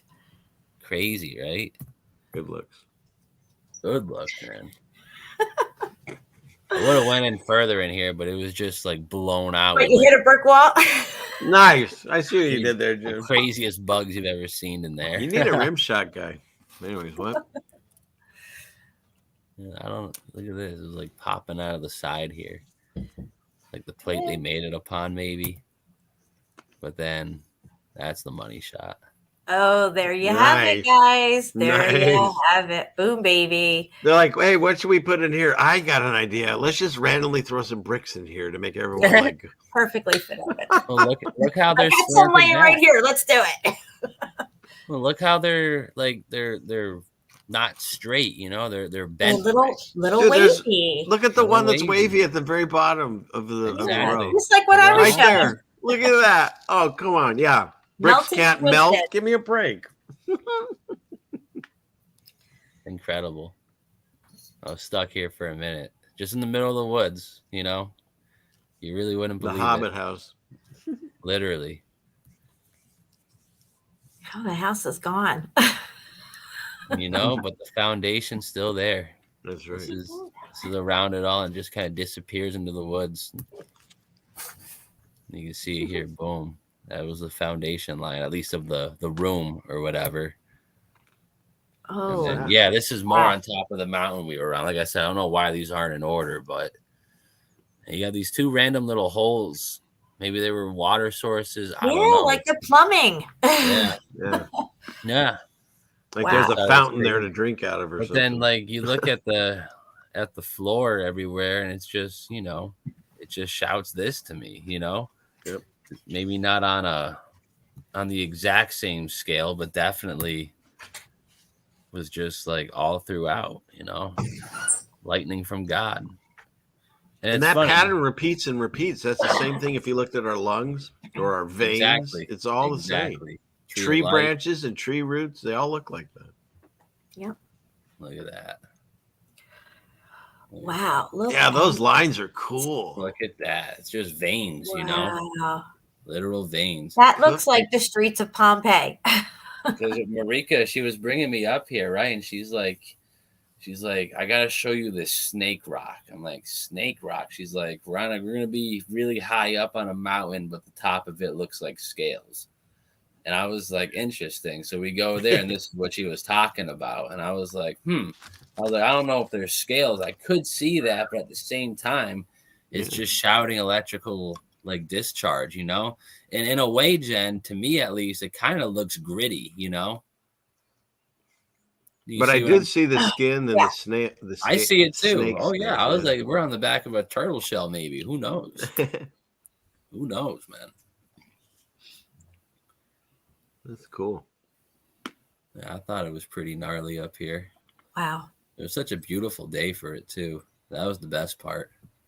Yeah, look at it go. Just incredible. Incredible.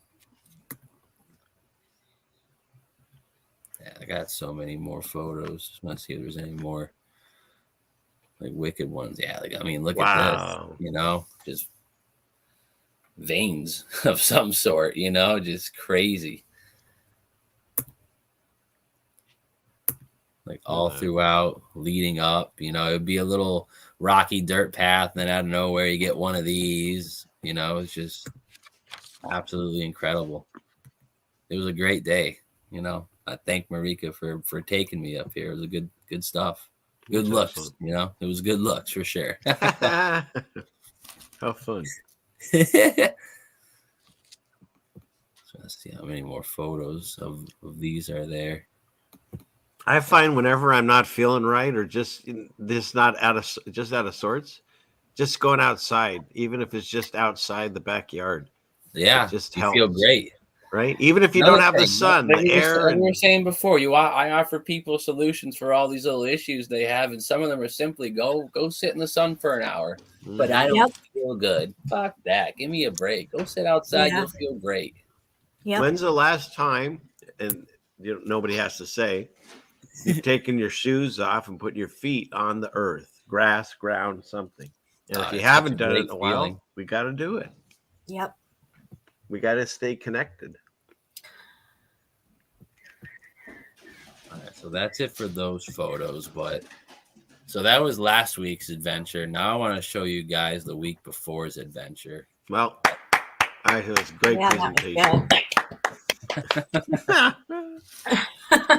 If we can get there. Shout out to Marika. Marika. All right, where should we start? I guess we'll. Oh, why are these so not in order? All right, that's okay. And Jim Malone washes dogs barefoot in the yard. Excellent. I was out in the your yard dogs last night with my cat. too.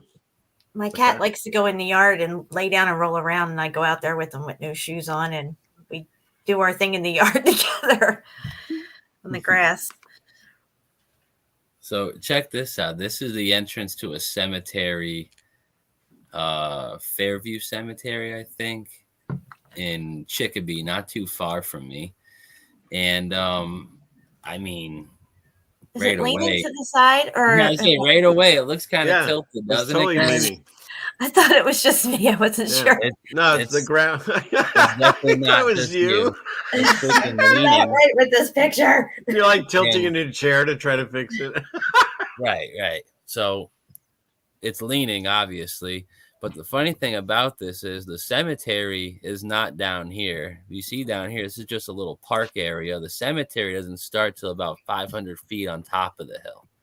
Oh. So that's kind of the catcher for me. I'm like, that's rather interesting, don't you think? Mm-hmm. It's always up on a hill. Oh, it always is up on the hill. And we'll go through a couple of things we saw on top of the hill before we get to the money shot. So there's just some cool, I mean, as far as you could see, just obelisk on obelisk on obelisk. Yeah. Of course. And you know what I was told? Winkley. Yeah, right. I was told by a friend, I got to go check out the cemeteries out near Troy, New York, and Albany, New York. And it's only about an hour and a half for me to check that out. So I'm definitely going to take some more time and check out that stuff over the next week or so, because she was telling me that the cemeteries out there, at least the ones we have over here, don't hold a candle to what she was seeing. And I was like, really? And she lives near like a wicked one that I've shown on here before. So for her to say, I'm going the wrong way. For her to say that is just crazy. But yeah, the one we were just seeing there, you got your little, there she is. Good people, you know. Good people. And this is on top of the hill. Little pillar shack for you. What's it say on here? The Sarah something? Well, we got the torch a going memorial on. for someone. So it's a memorial. Yeah. So they built this thing as a memorial. Of course. Yeah. More like a component on the grid system sitting here. Mhm. Yeah. Yeah, literally. And just, old vibe, the big door. Just more of the same. You got that old school tile that we saw at the other cemetery that had the underground vault. So that was cool. And I was just like, wow, tile here as well. And I was trying to get a shot here to show you how it's on a mound, of course. And if this was just a tomb for someone or a memorial, why would you need a mound that shoots out 30 feet? Doesn't make sense. Foundation should be just as wide as the base if we're not putting anything significant in there. But then again, what do I know? I didn't go to architecture school. Oh, look at that thing. I was gonna say, yeah, this one I thought was interesting. I've never seen a cap like that before, Right. Thought that was really interesting. Here, let me get to some of the better. It's the really big ones. They have that one name on it, and then they chisel in a little plaque on the side to add. I don't know. It just seems to some of them just have a name on it, and that's it. Yeah. This looks like something tried to get out. Yeah. Check this thing out. No bueno. Right. So when I was just showing you guys the entrance to this place, the tilted little castle looking thing. Like I said, between what you're seeing here in the castle, there's about 500 feet of just nothing where people just hang out, bring their dogs and shit. And this is the first thing you see on the side of the mountain or the side of the hill that brings you up to the rest of the cemetery. As you can see, little cemetery things up here behind it and whatnot. And I just thought that was, this is a very interesting little thing to be on the side of a cemetery. So did you check out what's inside these creepy doors?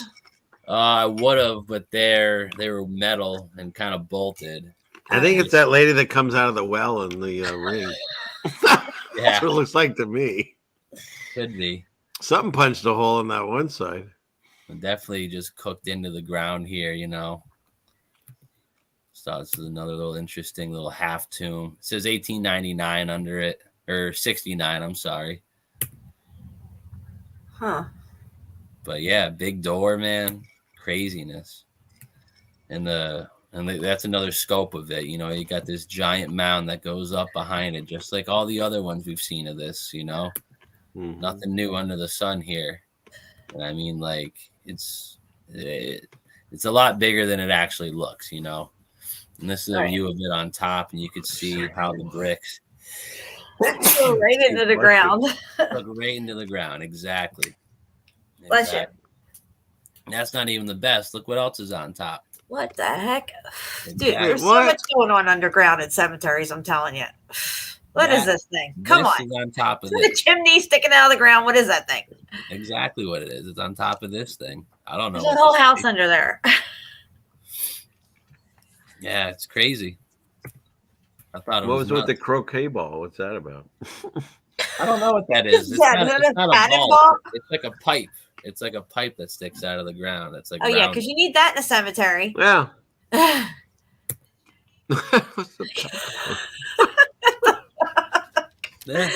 is this thing? The release valve for the gonna release the pressure from hell. Incredible. Yeah. So that was that. I wonder where that goes.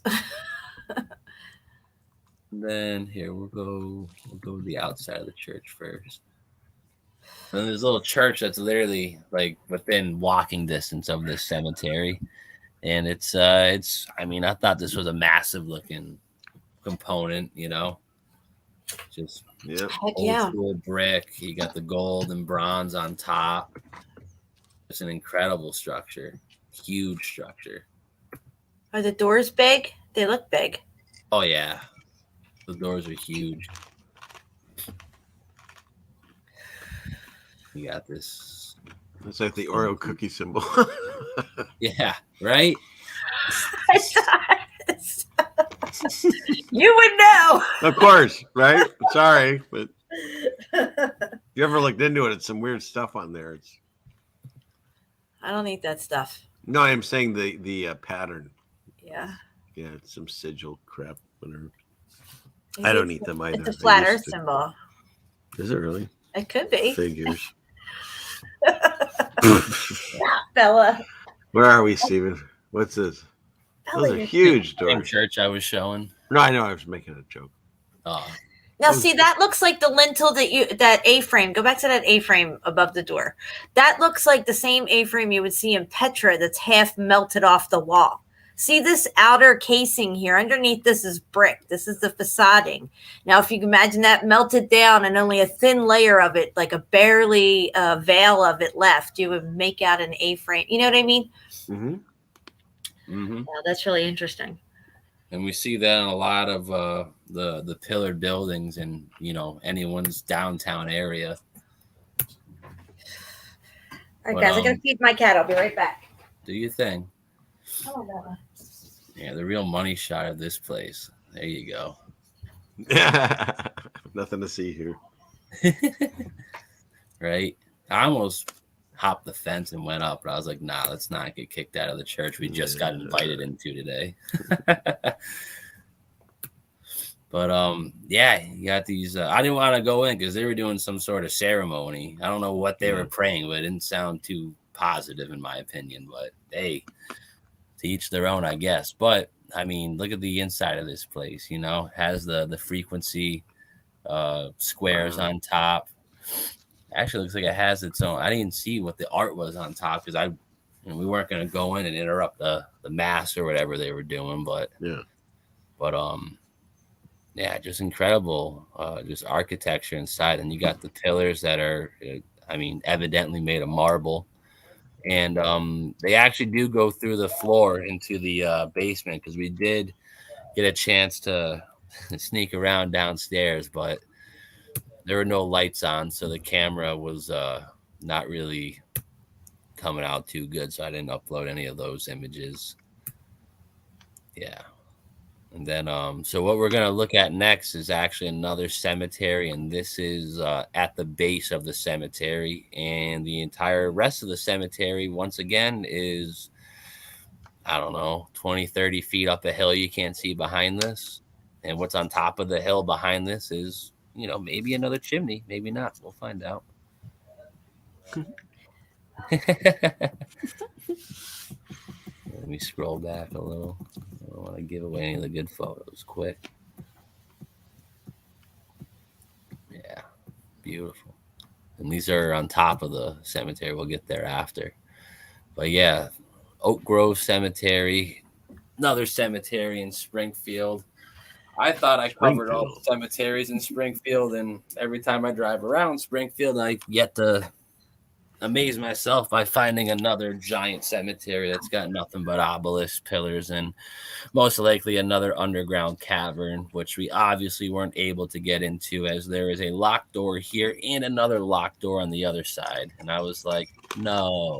Because the really crazy thing is you can't see it in any of the pictures, but the inside of this place is identical, 100% identical, down to the tile on the floor, to the I don't know, the cemetery shaft that I was in a couple weeks ago, identical. And this is maybe 2 miles away from it. You know, Marika seems to think that they're subway stations. I'm not disagreeing with her at all, because I mean, when I walked into the other one, it kind of felt like, you know, this is the entrance to Grand Central or something. It was just really crazy. Grand Central Terminal or Grand Central Station? Same thing. But got a little tech on top of it, Jen. Oh yeah, look at that. Look at this guy. I don't know what he's doing, but he's got both arms up. He's taking in the energy, you know. Wow. You got your homage to the sun. And honestly, this entire place is an homage to the sun. Look at all the windows. Is there any dates on this thing? I don't know. I'm just taking pictures, Jen, and fucking having my time of my life. I have time for picture dates sometimes. I mean, I tried to look, but if it's not like out there in the open. Yeah, no, I just meant like if you just saw any dates anywhere on that. Come a little No, slack, I will you? mean most of the stuff here was from 1850, so I assume this is. I mean, I assume this was all made during the days of Adam. So Those columns remind me of like the Crowley Lake columns. yeah, right. Yeah. Oh, Hey, Mary. there, bingo. Little Someone photo want to of play the chess? Exactly. Gotta This is have the the inside of the checkerboard little, tour. little space that's in here. But what's inside of here, which you guys really can't see, well, you kind of can. Look at the fucking dude. Look at the goddamn bricks on top. Look at the little light shaft. Look at the room over here. Look at the room over there. Literally identical to the video that I took inside of the. Yes. Yeah, nearly identical. It's a replica. It's literally the same thing. Can I ask, why is there 2 blocks on little trolley carts? That was our question. We have no idea. What the heck is going on? When I see the tour guide, I'll ask him. Like to show us how they built it or something. That's what I thought it was donkeys, but apparently they had little carts with wheels. Look at that. Look at the bricks. It does look like a subway terminal, though. Yeah. That's the vibe. Like you say, you got your nice checkerboard, your duality board. That means this was built upon the knowledge of good and evil, the black and the white. It's not just duality. It's building something with the knowledge of good and evil. And you're not going to get anything good out of that, unfortunately. Or fortunately, if you're on our side of the coin. Correct. Makes it easy to identify them better. Yeah, look at the bricks in there. Wow. Literally like the underground tunnel I was in. Agreed. And me and Marika were like, what in the we're like, how is there another one of these? Like, that was what was blowing us away. And then we go outside of it, right? And we're going up the side of it. Random, it's not a 2x4, it's made of stone, just sticking right out of the side of it, right out of the side of the dirt. Yeah, there's another column that connects to it over here, connected to the structure itself. Huh. Yeah. Oh, anyway. You have a new notification. Yeah, it's beautiful. And this is just more or less just behind it. And they got all this, they grew all this, these bushes over here on purpose, I feel. Yeah. You can't see the star fort or whatever it's sitting on. Exactly. And like I said, so we're at ground level down here. We go up the hill and then the rest of the cemetery, or the cemetery, is started back here, Right. Interesting. It's crazy. What is that thing? Yeah, what is that? Exactly. That looks like part of like something I was showing, some kind of crazy structure I was showing one time. Doesn't make Well, any the funny sense. thing is, we were just at another structure like this and we found a chimney on top. And then, like I said, 2 or 3 weeks prior, I go into the underground shaft at the other cemetery. And if you go back far enough in that thing, you look straight up, it's daylight because there's a well or a shaft that's just has a metal grate over it. Not like this, but just like a regular metal grate. And I don't know. They're just shafts that lead down into this place for some reason. Yeah, there's a lot going on underground. A lot. There's this weird thing over here. I don't know what. Yeah, what is that? Muffed up pile of bricks. But you know what's funny, Jen, right? So we're over here on top of the structure, right? Where do you get your water? From the structure itself. Wait, so next to the dead people? Wow. No, I'm just proving to you guys that the plumbing in this place still works. That's right. From underground. Yeah. And there's two of these things. There's one on the left and there's one on the right. So that's the one on the right, and this is the other one over here on the left-hand side.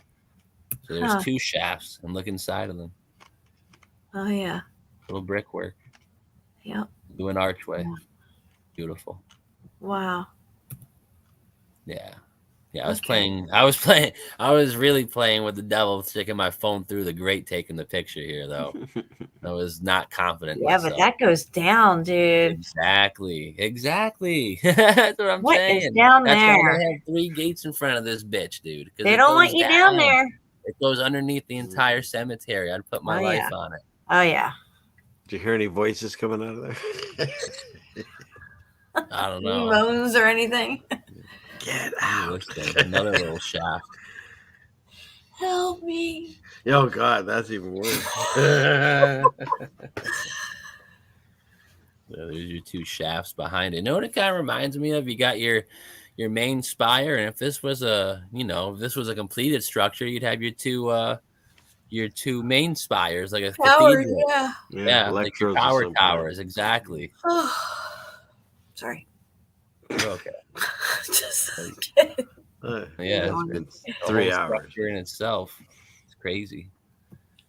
And I don't have too much else on top of the structure or besides that, but once you go on top of the hill, you get these little buildings. Mm-hmm. And I guess we'll show a couple more, because this one I thought was interesting. This is called the ball. It says there's ball, you know. Mm-hmm. And the funny thing about it, is it back a picture? Exactly. There's a half a ball on top of it. So this thing just says ball on it. You have a mausoleum made up for you, right? Because you're just that rich, whatever, and you just stick ball on it. Are you kidding? Maybe they ran out of money. That's all they could afford to have them. That happened to a lot of people, apparently. Nothing to see here. Until the day break and the shadows flee away. That's your Masons. Good people.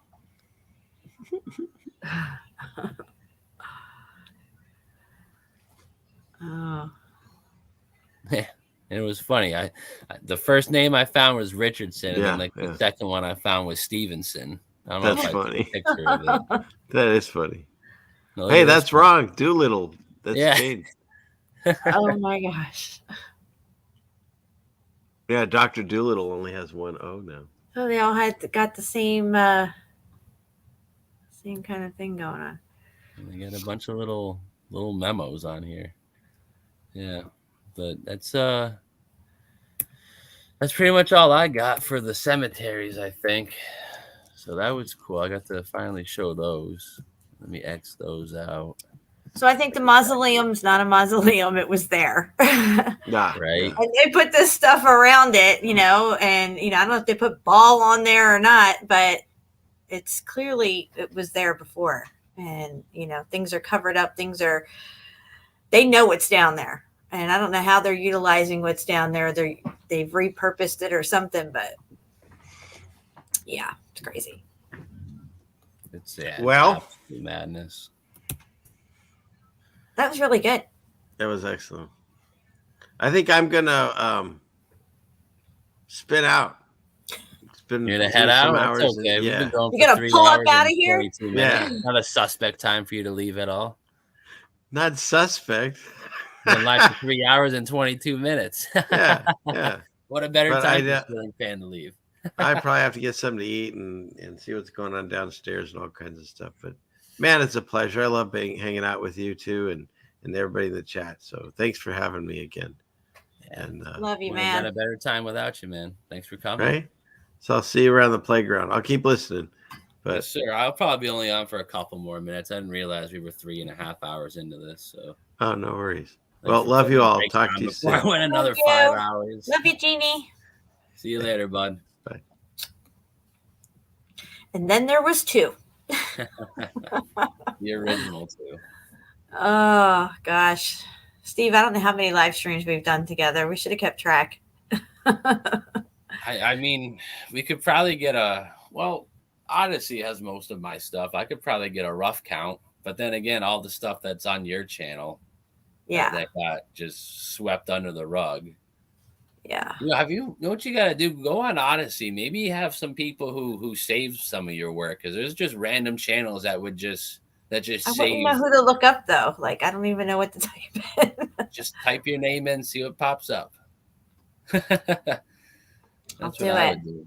But I got a couple other things that I could show, but I think I'll just save some of this stuff for another stream, because we kind of banged out a decent amount of the stuff that I really wanted to get at, because we covered the Babylon thing. We covered what would happen during the whole prepping scenario and whatnot. So that was cool. I mean, I prep to a certain extent, but I always have. I lived in Florida for 8 years. I know what it's like to go with 5 days without electricity and stuff. So, I'm a prepper at heart to a certain extent. I right, store but water all your under eggs my aren't in the physical prepping basket. Yeah, Like you said, yeah, it's all about getting the exactly. I can't sound tell you how many mind, cans I've getting the rotated heart, out of getting my the faith. rotation. Yeah, But the important thing at this point is to prepare spiritually and get right with God, guys, because the end is near for sure. I don't know when. I don't pretend to know when, but all the signs are showing up, all the things we need to be looking for, and I think they're going to come even faster as we go along. These signs are going to amp up, and we're going to see things even that we might not even know how to interpret, but they'll be there, and we got to stay vigilant. exactly. You just got to stay true to what you know is right. Everyone, you get that feeling in your stomach when you're making a really good decision or a really bad decision, and you just Right. got to learn to listen to that and not just trust yourself, but trust that the spirit inside yourself is connected to God, and through that, you'll make the best decision you'll be able to make in that time, because Mhm. us as being human beings in the flesh, people, we're not privileged enough to know what's going to happen next, but God is, so we might be in a bad situation, and we get dealt with another curveball. Mhm. And the way we react to that secondary curveball is really what's going to make or break the situation you're in, because you could just have that same trashy attitude, my life sucks, blah, blah, blah. But in reality, it's just another character building, just time that we're going through. And when people say my life sucks, like that's a hard thing to say, because God put the breath of life in you for a specific reason, no matter what part of the book you think we're in. Mhm. I think we're really at the end, and that means we really have a big reason to be here, whether it's to Mhm. influence others, to just get yourself right, to redeem what we once lost before. Who knows what it's gonna be or what it really is? Maybe you're just here to sit and learn. Maybe you're here to preach. Maybe you're here just to do research and just be that helping hand in other people's lives. We all have a role. Our I life feel doesn't. like I feel like I definitely chose to come here at this time, as more that I get to know myself as I Yeah. get older and go down this journey of truth. I've always felt in the past, before I even started my journey of truth, I've always felt, and I've always said this, that I feel like I'm just visiting here. I don't belong here. I'm kind of observing all this craziness going on, and I really want to go home. I've always had Right. that feeling We're in me. supposed to live here, not be of this world, Yeah, and I'm like longing to go home. I don't know where home is or what home looks like, but I just know that I'm like, I'm not from here, you know. But I feel like I've chosen to come here at this time and help bring out these truths, I guess, maybe, because I really feel like I'm on my purpose when I'm doing these live streams and when I'm talking about the truth and I'm researching and bringing this stuff out. I don't feel like it's meaningless. I feel like it's meaningful, and it's meant to be known, and we're in the time of knowing, and we need to know this stuff, because there's a larger picture here, and we won't get the full meaning of this larger picture until we understand these truths that are coming out. And they're coming out through us, guys, all of us, not just me and Steve and Ceiling Fan and others that are on YouTube and stuff, all of us.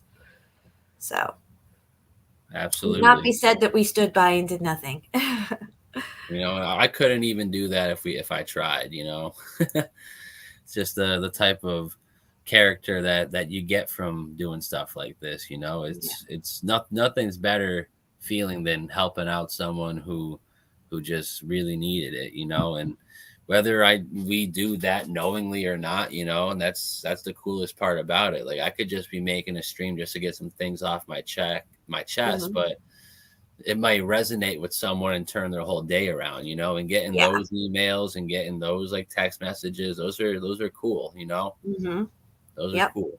But yeah, I've gotten people saying things to me like when I would do my car rants, like, "Oh my God, you're saying everything exactly how I feel, and I totally relate to you, and all this stuff." And here I am just venting. I can't do that stuff on YouTube anymore because they always take those videos down and give me strikes. those are the good ones. That's why. Yeah. But yeah, just even people appreciating, being in our chats and having somewhere to commune and talk to like-minded people and hear these truths and bounce ideas off each other in the chat. We're here Sometimes, for you guys, we're here for everyone. I'm here for you, Jen. I'm here for the chat.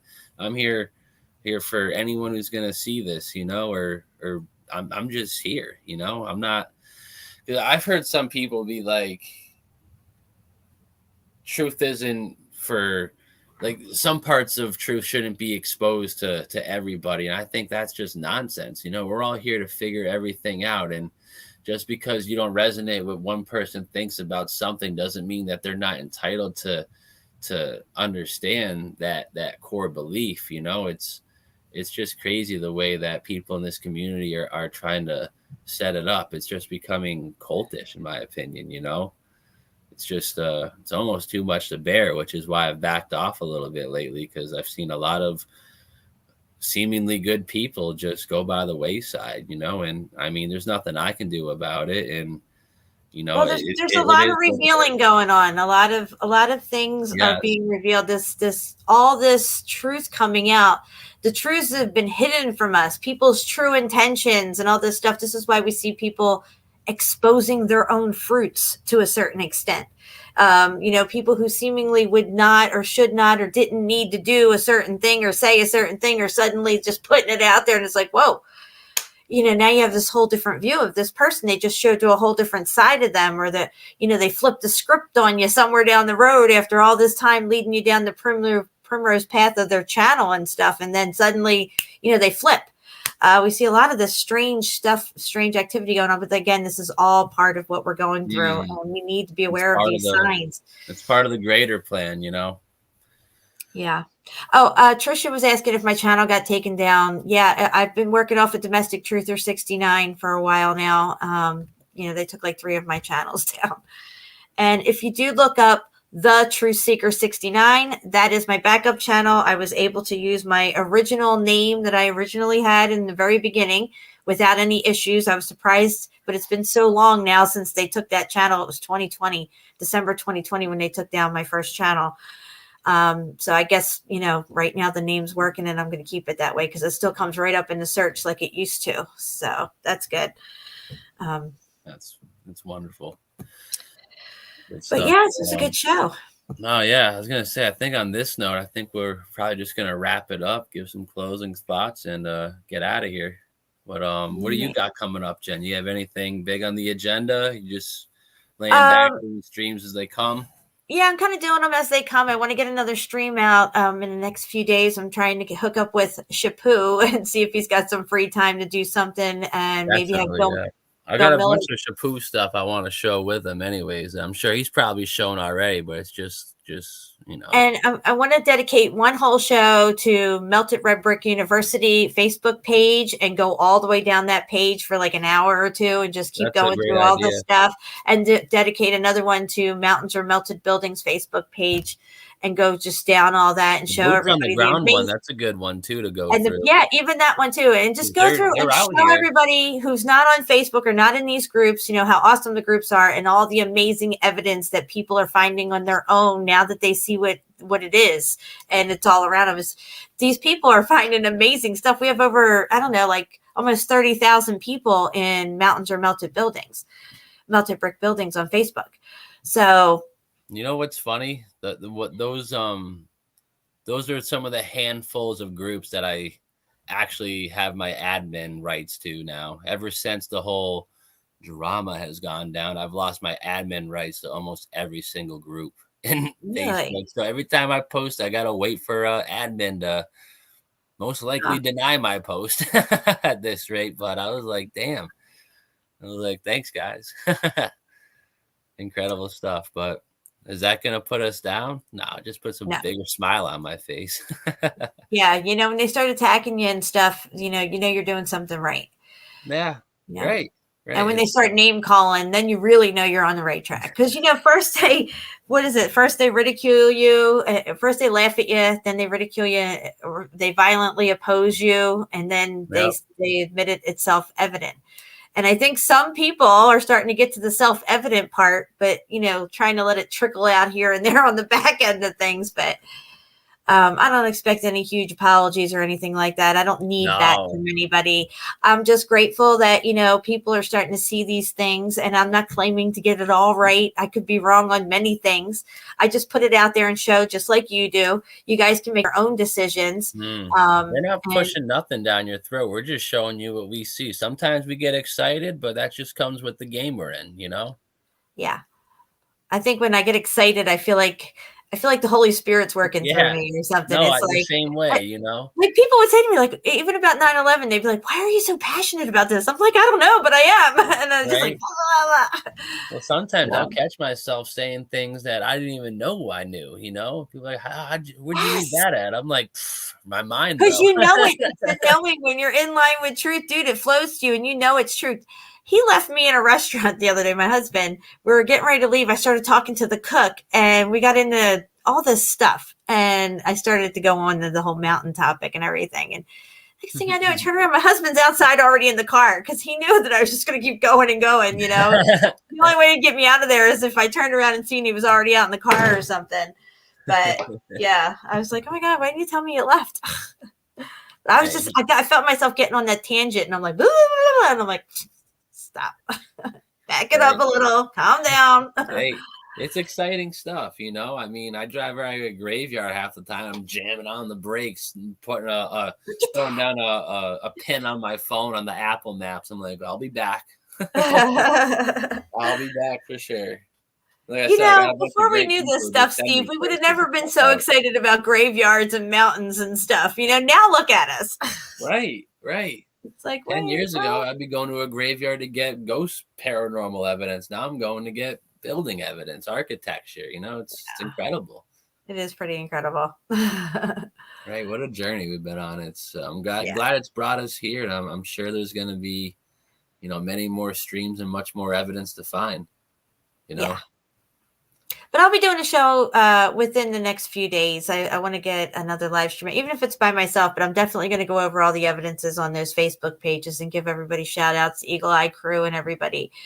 And share the love. Give me a buzz when you do that. I'll try to make some time, come in for maybe, if I'm busy, I can come in for maybe a quick hour or something. But if not, I'd love to give some shout outs on the pages. Yeah, absolutely. Well, thanks for having me. I had a good time. No, thanks for coming. This has been awesome. I think that's it, guys. We're just gonna wrap it up here. I don't have many closing thoughts. Just be the person that you can be. And we all struggle with that. Like I haven't said it yet this stream somehow, some way. I'm not Saint Luke. I'm not Saint Peter. I'm not Jesus. I'm not anything holy. I'm just a man that's trying to figure it out. And I think the solution is the Holy Bible and the Holy Spirit, Jesus Christ. It's the only way to get through this, That's Amen. The only way. And if you think otherwise, I'm not hating you. I just think that, give it a shot. What do you got to lose? A little bit of faith, we all got some of that. You can dish some of that out to Jesus. I'm sure he's going to dish some blessings back your way. The last week and a half I've had has just been unreal, because just dealing with like certain things in your life that just lead to like certain temptations and sin is one thing, but being able to like take it on full force and like conquer it, it just unlocks just like just a spiritual like outburst of just energy. And I've just been riding that for the last couple of days, and it's just been a great couple of days. Even when I'm finding time just to sit down by myself, it's just been upbeat, uplifting, just a great couple of days. And I got no one to thank besides Jesus Christ and God above. I wouldn't be doing this without him, and the blessings that I've received and are receiving and will continue to receive as long as I stay true and vigilant and on the path. It's something to tell people about. And I just want more people to know that that's real and that's a possibility. Yeah, I'm looking forward to being on the other side of the firmament. Yeah, right. I can't wait to actually get a 400,000-foot view of this place. Right? I'll be like, oh, that's what it looks like. Duh. I live there. Hey, there's That's my Alabama, way over there. Oh, it's gonna be fun. All right, guys, we're gonna get out of here. I'm not gonna do any exit song or anything. We're just gonna end it straight. So like, share, and subscribe. Jen's channel's in the chat. If you guys want to support her, that'd be beautiful. She does great work, and you guys know it. If you guys would like to make any donations to my channel, the link is there, and it's pinned a couple different places. Shout out to a couple people on Rockfin for a couple RAE tokens I'm going to have to figure out. But other than that, guys, it's been a great show. It's been a great time. God bless, and I'll see you on the flip side.